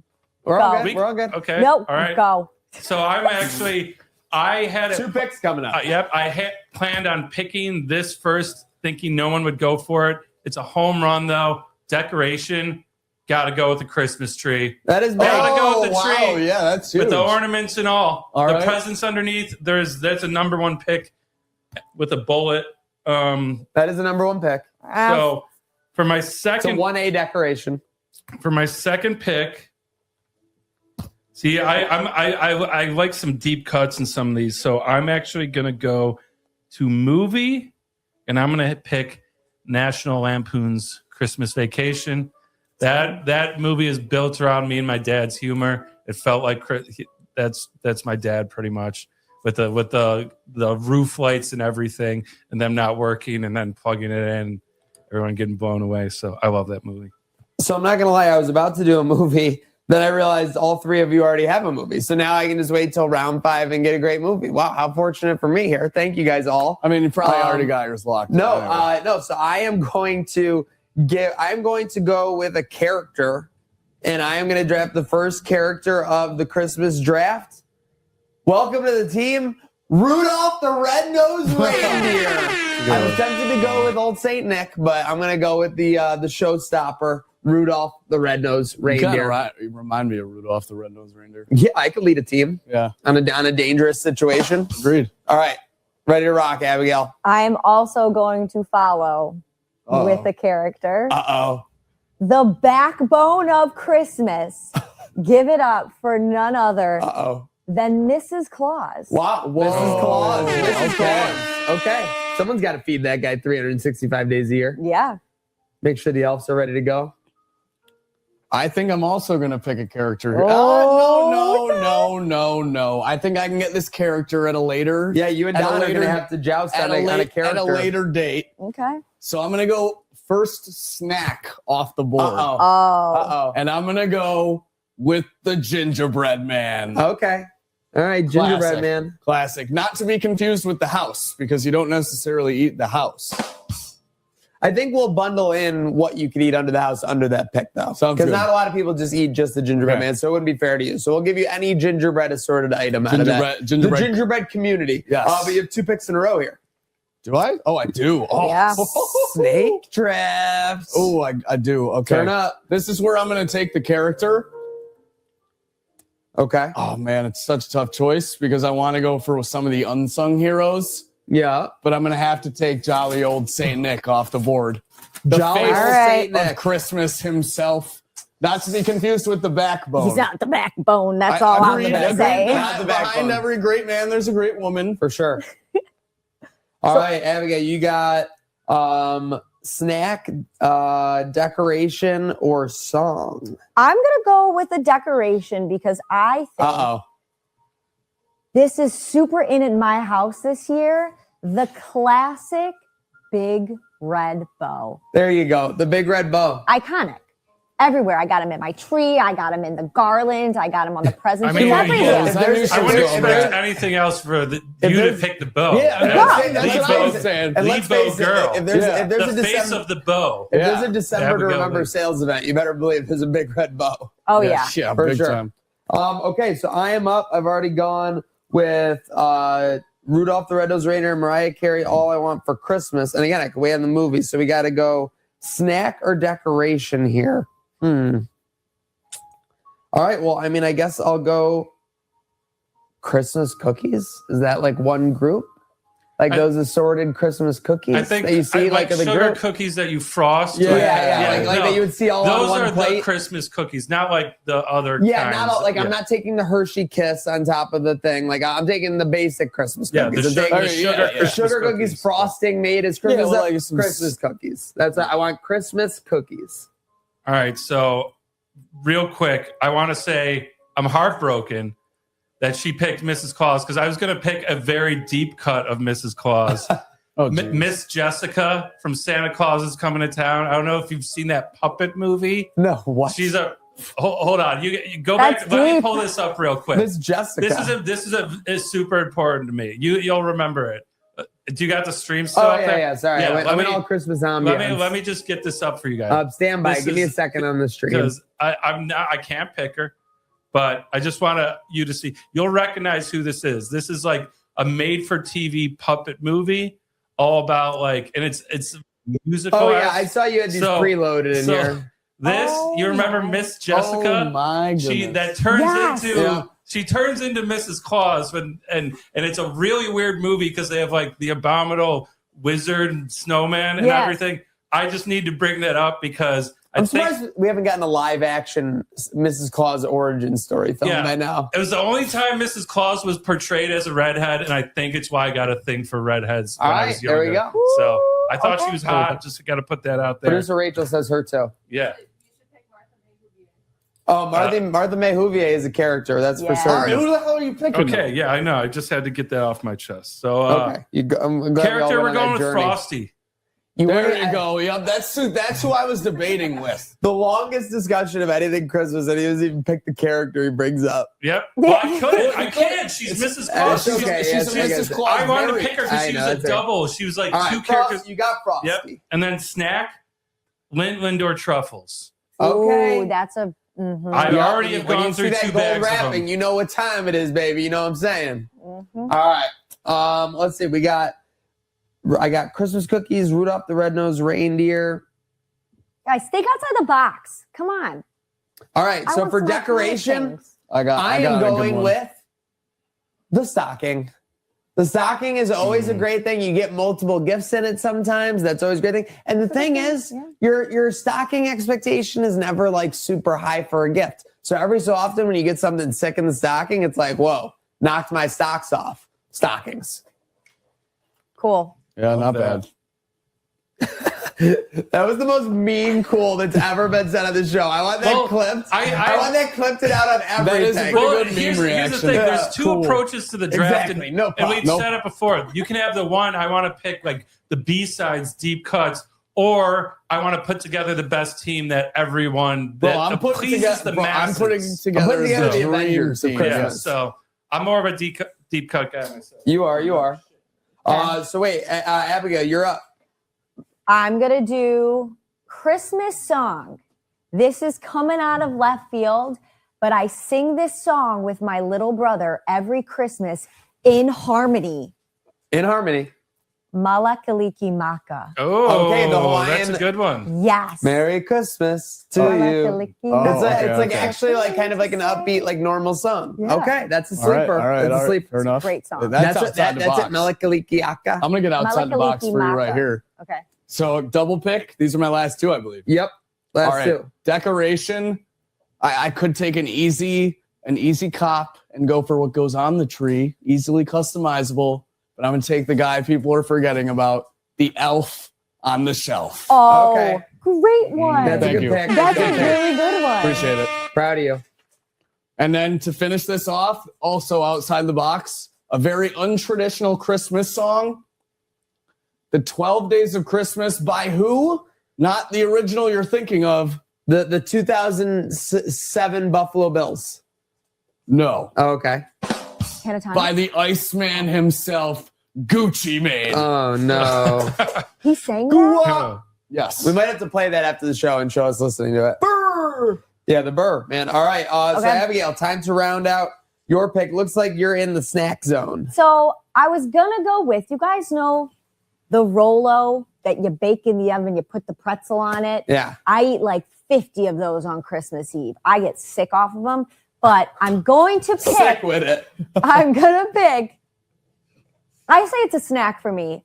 The espresso martini. Oh, my God. Slick feels like you just dropped the ball. I did. Oh, wow. After a few glasses of wine, you hit me with that espresso martini. I'm ready to go. Family mode, 150%. Espresso martini might be the pick of the draft for sure. Sleeper. We got Don and I with one pick left each here. I'm rounding it out with a movie. Surprisingly, my 1A and 1B of Christmas movies are both still on the board. So I'm deciding between I think I know what your The 1A Grinch Who is. Stole Christmas, Jim Carrey version. Yes. And Elf. That's Elf what has to I be in thought. I consideration. thought Elf was going to go. Yeah, I thought Elf could have been a first round pick. It definitely could So have. the I'm thing just is, not an Elf guy. the thing is, I'm a traditional Elf guy, Elf every year. But the last couple of years on Christmas, the Jim Carrey Grinch is just so good. I'm so tempted to go, but I'm going to go with the traditional Elf pick. I'm going to go with Elf because it's more like I know when the Who's are singing when he stole all the gifts.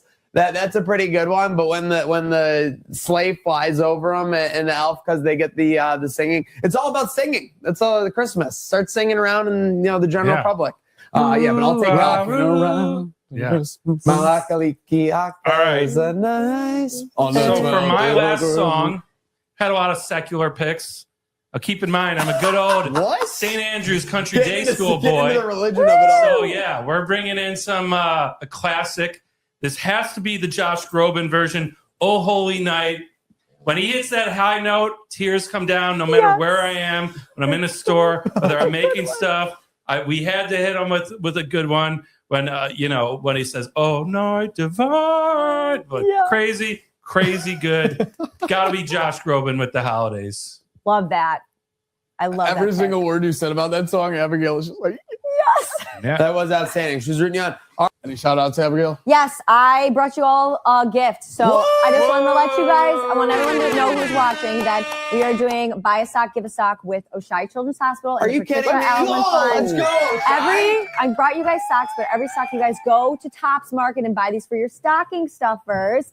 And every sock bought, we're going to donate a pair back to the Children's Hospital. So I brought these all for you guys. You guys can all go get your stocking stuffers at Tops. They're at like 55 Tops locations. And they're really fun. And they have our little Brody the Buffalo on them. So I literally wanted a pair of Bill's socks. Amazing. Yeah, Christmas they're lucky. came early. Seriously, it sounds like Tops never stops giving back more, if you ask me. So huge shout out to Tops, Oshai, and you for obviously the initiative. Let's make sure we're making everyone feel good because this is the part of the season that's the best to feel good. So it's nice to get a little warm and cozy with the holiday season. With that said, I've got a plan for Stephon Diggs on Sunday, and I haven't done it against the game against the Texans. I didn't do it in the first game. I'm doing it in this game. They're going to come out. Stephon Diggs is going to line up wide left. Who do you think I'm putting on him? Who are you putting on him? Number 17, Josh Allen. Line him up, stick him, stop him on the first play. Now here's the thing. Here's what you're going to say. You're going to say, Coach, I can't do that. Well, guess what? When he stops him on the first play, I take my franchise quarterback out, and he's totally fine. What do you think Stephon's thinking about the rest of the game? Is he thinking about how he can play and dominate on the field? No. He's thinking about how Josh Allen stopped him on the first play of the game. I think a better plan for Stephon would be plan B, but I digress. Don. I mean, I heard you were getting creative with the D taking over from Babbage, but wow, that's really with the D. it's really new one. Wear your glasses while you're drinking the Manhattan. No. Oh, I feel like yeah. Why? Where are the glasses? You've been rocking those lately. I got LASIK. But you're still wearing the glasses for games? Yeah. It's for the look. It's for the experience. It's for my are those character. meta glasses? Are you just filming the whole? I can look at film. I don't know real if you time. should admit that on air. Zuckerberg's feeding me film real time. All right, boys. Speaking of film, I gotta go. GM Kevin Adams. Kevin, there's been a lot of talk this week. There was Yarmo watch. Where are you at mentally? What's the focus here? Mentally feeling good. Picked up a great win in Vancouver last night. Obviously, I wasn't there. I'm back here in Buffalo waiting for Yarmo to get off the plane so he can teach me how this vending machine will work. But other than that, things are good. We're getting back on the winning ways. Coach, what's with the three goalies thing? You know, our head coach, or I'm sorry, GM, our head coach said kind of had some comments that he didn't want to send down a guy because he's been forced to carry three goalies. Any comment on that? No comment further than we will continue to play the best goaltenders And, UPL's been playing well. The two young guys as well, battling for a spot. No comment on the send-down. Okay. Any comment on the holiday season? What are you looking forward to most here as we go down the stretch here in 2025? I'm looking at Yarmo getting here so he can take some weight off my back. I'm really trying to go home to the family, take some time off. I've been doing a lot of heavy lifting around the arena. Looking forward to the holidays, maybe a glass of eggnog and some time with the family. Coach, have you had one of those beer sabers yet? Oh, yeah. I was down in a few of those last night watching the boys buzzing. All right. Well, I got to say, this is the fact that you don't have them on weeknights is some bullshit. And you're the GM, so I need you to pull some strings for me. I only go to weeknight games. I haven't even gotten my beak wet with one beer saber. Can you do that for me? I had the same issue as you, and I approached Terry with this matter, and he said we can't do the beer saber on weekdays. So I said, yes, Terry, you're the boss. I always listen to you, and that's where we're going from there on out. I'm not happy with the decision either, but what Terry P does, we do as well. So that's all. I mean, wonderful result. I'm hyped. First half, Bills, totally asleep at the wheel, kind of like Liz. Just totally By the way, asleep. all credit. There's chaos in this studio. It's lucky that hasn't happened. We made it 40 plus episodes before we really had anybody. So let's quick clap it up for everybody. Yeah, no doubt. Since last incident, we're moving it down to a 0. And I got to say, too, I wouldn't want to be locked in the pink rooms for an hour the pink tank. while having to listen to us, That's too, true. by the way. That's true. By the way, have mercy on our producer, Alec, as well, because I know my voice has been screaming. We've been talking monotone. I'm sure he's trying to figure out. Switching like crazy he's trying over to there. figure out what reality we're going to live in for the rest of the show, and he does it on a show basis. So huge shout out to him. But Don, again, it's about the Bills doing it on a game-to-game basis. They can't get over these second half adjustments as we get into the full game day talk. Yeah, I mean, it's we talked about it last week. This is it's a tale of two halves, this team. No matter who they're playing. It was the worst of times. It was the best of times. As long as we're ending with the best of times, that's what matters. But I mean, absolutely devastating to be a Patriots fan today. You're up 24-3 at half. You're lighting a cigar. You're like, it's over. 24/7. Sorry. No, but I got to, before we get into the numbers games, and we'll pull it back to the beginning. Now we got to go back to the beginning. That's what I'm saying. We got into it. We got into it because we're very excited. We were talking about it. There's a lot of layers you to can't this blame onion. us. When you see a beautiful cake on the table, you're like, I want to talk about that. But we got to talk about the whole trade. But I just want to share. And speaking of hypocrites, and speaking of people that annoy me, and speaking of losers, and speaking of little bitches, I'm talking to you, Mike Vrabel. You're out on the field during this call. All I got to say is, listen, you can say anything you want about McDermott, okay? Like, you shouldn't be wearing the glasses. Like, you clap too much. Like, all these things. Like, all these things are such low-level, like, sitcom, like, little, because you have Mike You're Vrabel a fan of Al there. Qaeda. Pick it up! Pick it up! It's like there's a class you have to be held to as an NFL head coach. And you're on the let alone former player. Pick it up! Yeah, get out of here, Vrabel. Yeah. Ready, willing, and Vrabel to bitch. And then he goes on. Sorry, that's it. And then, Oh no. Mike Vrabel, what you need to do? This is what you need to do, buddy. Okay, Vrabel. Quit bitching, babe. In his You got to face. do it. Vrabel, I know why you're Quit pissed too, bitching, okay, cute- Vrabel? I know why you're Cute pissed. stuff. You couldn't beat Josh Allen as a rookie in 2018 when you came into Buffalo. You couldn't beat him in 2019 when he went to Tennessee. You're saying, why are there so many tourists at our game? No, it was just Bills Mafia took over Nashville in 2019, buddy. Now, 2021, the Titans did beat the Bills, but you didn't beat Josh Allen. Josh Allen beat himself. He slipped on a goal line carry he makes 9 times out of 10. So Josh Allen beat himself. Godzilla beat himself on that one, all right? You didn't, buddy. And the fact that you can't beat Josh Allen on a consistent basis, that's what drives you nuts. You know you got away in the first matchup, and you know you got owned in the second half of this matchup. And how do I know they got owned in the second half of this matchup? Why were you feeling so good in the second half? Tell me why. 5 consecutive touchdown drives by the Buffalo Bills. So when they went back down 31-28, they had scored on the last 4 drives. That was why you're just going. Do you know how many times that's happened in the NFL this year? How many times did it happen in the NFL this year? What's that number behind you, guy? 0. I think it's a 0. 0. 0 other times in the NFL this year. According to my assistant with an A and an I in the word. The donut. Yeah. 0 times in the NFL. So Josh Allen didn't just become father to these Patriots in the second half. He absolutely daddied them. Sabres fans are still riding that GMKA fired, smoking on that GMKA pack, I guess the kids say, Slick. Yeah. I mean, Sabres fans are rejoicing not because they know that this will be a good move, not because they know good hockey is yet to come, but because something was done in the front office.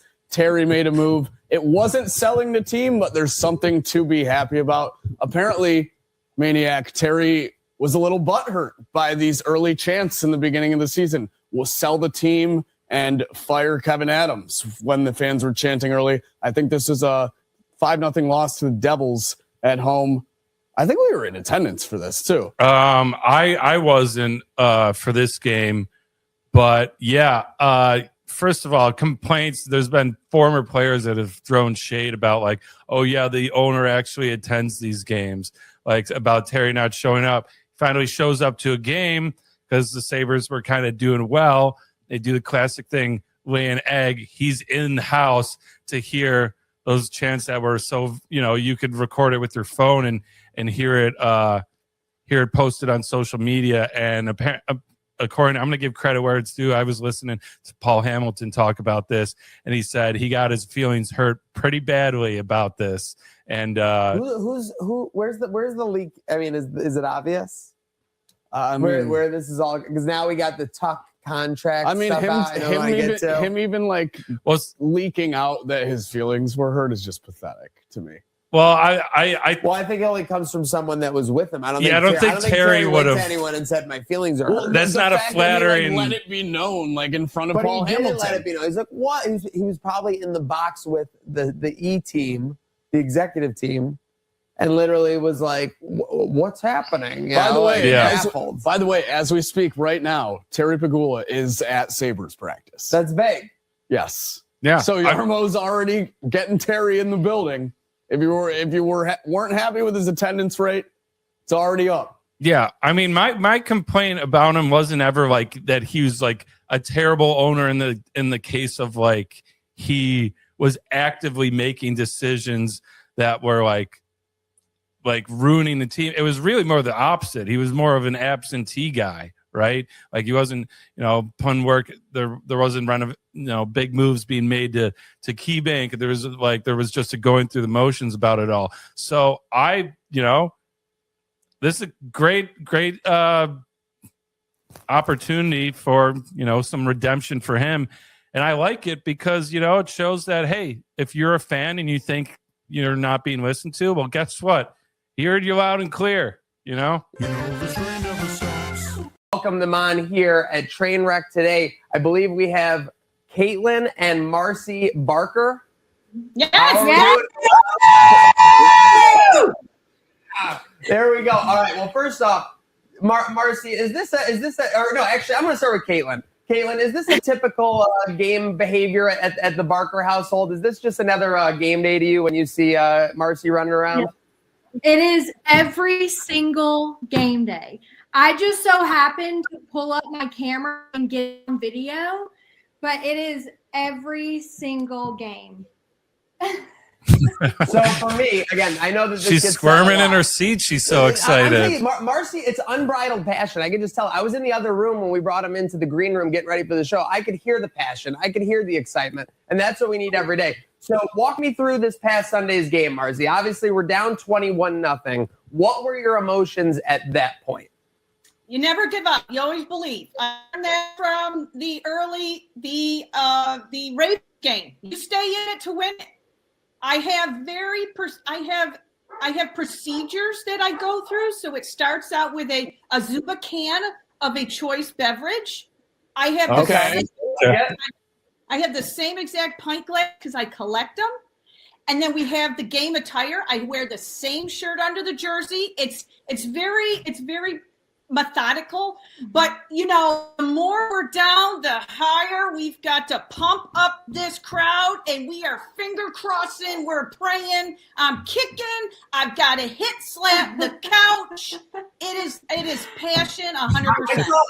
I saw a lot of moves. So when I watch this, I know it's like a thing that the kids say or whatever. I watched this TikTok 7 times in a row. Now I was entertained. I was filled with glee every time. But the one moment that got me laughing the most was, like you just said, the couch slam. It was a full like lumberjack like slam to the point where I couldn't tell, was this in celebration? Was this when Marcy was mad with maybe a ref call? Was this to get the like? Is this like the equivalent of hitting the bleachers at the game? Tell me about that move and why it's so important.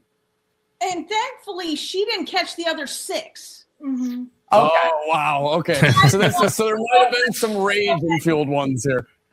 Oh, there sure was. I'm so, and then it's the kick in the air, like on that lady from Saturday Night Live, Molly, whatever. I got to kick and stretch and here. My big 3. I didn't know about your guys. I love the first down signaling. I love the telling the refs of the TV what's going on. But yeah, my big 3 were the couch slam. I love the kick. And then what were we doing? Were we driving the bus? Are we flying like a little private plane? What's going on with this one? Okay, again, it's not superstitions, but I happened to go into the kitchen and they weren't doing well. So I run in the kitchen and then I hear the scream. So I got to run in there and I'm running like this. And then they were not doing great. I run back out and then I run back in. It's what works. It's what works. You got to find what works. And Joshy came through. I mean, we always hope Joshy comes through. Joshy came through, and it was because Marcy was doing her part. These guys know a little bit about that. These guys once spent an entire quarter in the bathroom because the Bills weren't doing too well. So whatever it takes to will our Bills back into play, whether it's you steering the train from the kitchen to the living room or whatnot. When did you know that the Bills were going to win this game? What was the action in the video? Was like, okay, we're winning this game. I know, like, we all felt that way when we tied it up. But was there one specific action that we can point out in this video? I think it was when I was standing. I'm standing in front of the TV, and we're doing the. And I think, okay, it's working. I'm working. Mo is reaching, and it's working. So this is where I backed off on the beverages because it was going to be a long game. Long game. So I had to save them. I have to save them for the. We've got playoffs. We've got to limit them. Space it out. I love this. Yeah, listen, it is a marathon, not a sprint. The Barkers are telling us about it here live on Trainwreck today. Heard of Buffalo Trainwreck Sports. So let's get into a little bit more of our fanhood at the Barker household. Who are our favorite all-time Bills? I know obviously Josh is a more recent stud on that Mount Rushmore, but maybe who are some of our favorite Bills from years past? Okay, I mean, again, I lived through 4 Super Bowls, so it's that is my Bruce Smith. Bruce. You can't. I love that. So his favorite out of those. What about? It's Joey. Okay, about Bosa's and Mimosas. Yep. Okay. Yeah, who doesn't love the Big Bear JB? Joey, or is she talking Buffalo Joe? Oh wait, which Buffalo one is it? Joe? Is it Joey Andreessen or Bosa? Okay. We love all Joes here in Buffalo. I It love got to be that, clear, though. just because there is one under the name Buffalo. Team communication to get on the right page here on this Friday as we head into a Cleveland weekend. What about like a favorite moment? Do you have like maybe a favorite stadium memory, or like I know you? We were talking. You live out of town. I don't want to dox you, but do you have a favorite moment maybe at the current stadium that you've gone through? Yes. Okay. So I've been to one game. It was a preseason game. I have my little certificate here. It was against the Colts on August 13th of 22. Took my son. We had front row seats, and I'm laughing my face off because I was padding the pads on the line, holding up my certificate as I waited in line. I felt like Buddy the Elf with all the other 5-year-olds getting my certificate. And I'm pounding the pads and throwing my sign. This is my first game. The cameraman, shocking, he hears me. Now I'm a jumbotron. Best memory ever. So the cameraman got you. You got your moment. Got it. Got it. Nailed it. Unbelievable. Got it on camera. Wait, my cousin, she and her husband Jeremy, my niece, and season ticket holders. They live in Hamburg. They were up in the seats and they're calling, "I see him, RC. I see him, RC." To me, that's almost like more memorable if you were to see on the Jumbotron a fan with some tenure like yourself with a sign that says it's their first game. Like a 5-year-old kid, it's their first game. Like, yeah, no shit, it's your first game, buddy. Like, you've been on this planet 5 years. But if I see a tenured fan with a first game sign, makes me a little heart throb, and I'm glad that you were able to have that moment in attendance at the Ralph. I'm just going to interject here that the Instagram comments, you got a lot of fans over here. We got Olivia Evans saying she has a path engraved in the floor. Go Mama Bills. Lydia Crawford says, "You tell it, Marcy. You're incredible. You're the best." So a lot of fans over on Instagram of you. I think that was it, right? Like, I mean, Marcy, as awesome as you're looking at the video, you were just being yourself, right? Like, it was all just flowing naturally. That was how you felt during the game. You were willing the team to victory. I think that's why it resonated with so many Buffalo fans, because you could feel that. We could all relate to it, too. It's like, okay, it's not just me acting like a crazy person in front of the TV when my Bills are doing well and or terribly. I think we all felt a little bit of Marcy in that video, for sure. I love it. I do it every week. Every week. We need you every week. We may have to get Marcy in the regimen here. I just need to get pumped up. I need to make sure my mindset's right. And it seems like she is a straight shooter. We got to get that going. Speaking of shooting straight, Marcy, we know that our Bills and Brandon Bean love to bring back former Buffalo Bills. So I had a question for you. Obviously, it sounds like Bruce Smith could be a candidate. He could probably play a couple down still. Who would you bring back if you could bring back any former Bill all time or anything like that to play on this team for this stretch? Who would you bring back? Okay, so who jumps out to me is Tremaine Edmonds. Oh my No, gosh. I'm wow. on the same page as you. I had his jersey. Maniac wasn't his biggest believer. I was a Tremaine Edmonds hater, but now that the middle of the defense needs a little bit of help, I'm realizing you don't realize what you got till it's gone. Just like, you know. Smart man. Just like when the Patriots had Marcy in the kitchen, they were feeling good. When she was in the living room on the Not TV so signaling much. first down. Not so much. Not so much. They were Yeah. hoping she was back in the kitchen for sure. But confidence level, Marcy, I know you're feeling good. I know it's tough as Buffalo fans because we convince ourselves in our hearts, our brains, everything that this is the year. There will be no Mahomes. There will be no Burrow. How are you feeling about this stretch run? Where is your confidence level overall? Okay, so I'm feeling confident. I feel confident, but I felt confident and I thought for sure we're going to push the fish. So even though these teams, we've got the Browns and the Jets, that their season hasn't gone that great, you can't count those out. No. So for me, you can't count out those teams, although I really want to. It's the Eagles. I'm really nervous about them. But with the Browns, we got to stuff Myles Garrett and Judy. No doubt about it. You know, it's an interesting point because we do seem to struggle in those games where we're a little bit more of a favorite, like a 7 to 10 point favorite, like we did against the Dolphins, like you said, Marcy. To be honest, it's actually a good talking point. Are you more worried about the Browns and Jets game combined or the Eagles game where they'll likely be up for it? So we'll have to be there. We'll have to get further input from Marcy as that goes. But obviously, we are into Cleveland week. How are you feeling about this Cleveland matchup? We've got Shedeur Sanders. He just kind of took the throne of the Cleveland QB. Are you feeling confident in this Cleveland matchup? What do we got to do to be successful in your mind? Okay, where I think our positives are, it's our weather. It's our kind of weather. And I think for sure we stay healthy. Knock on wood. Stay healthy, and we're getting them. Everyone. We're getting them. We're believing.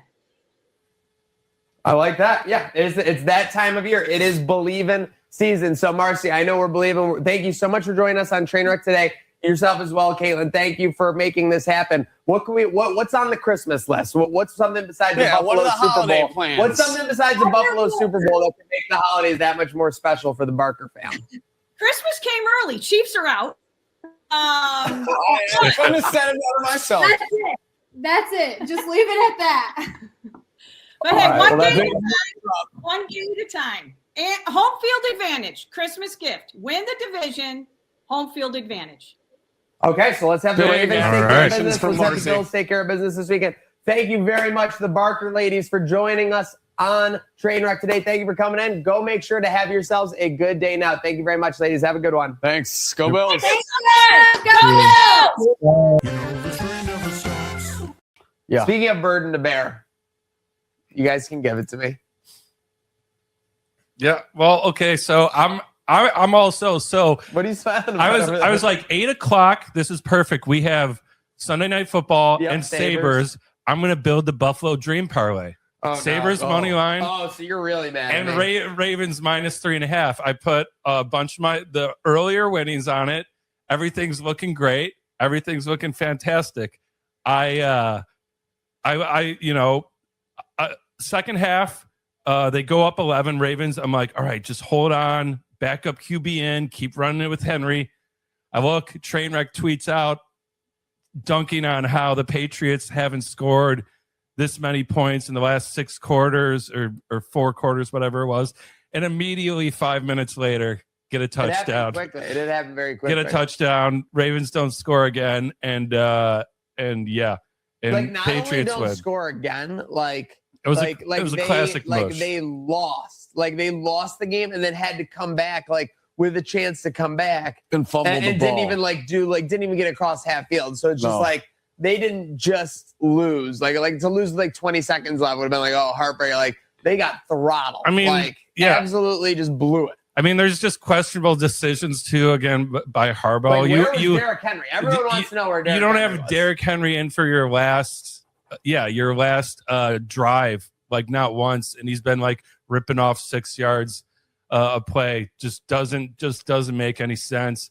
And so I don't know if for the folks that are superstitious or maybe a little stitious out there in the gambling world, we call what happened a mush. And it's not when it's anyone's fault, but someone tweets or says something. It's not the reverse jinx. It's like a reverse jinx. You're like, oh, well, this one's over. Yeah, exactly. So he dunked on them not scoring points, and so yeah, I actually, you can talk to Haley about this. I was pretty livid. I can believe I was that. pretty livid. I didn't even retweet the post.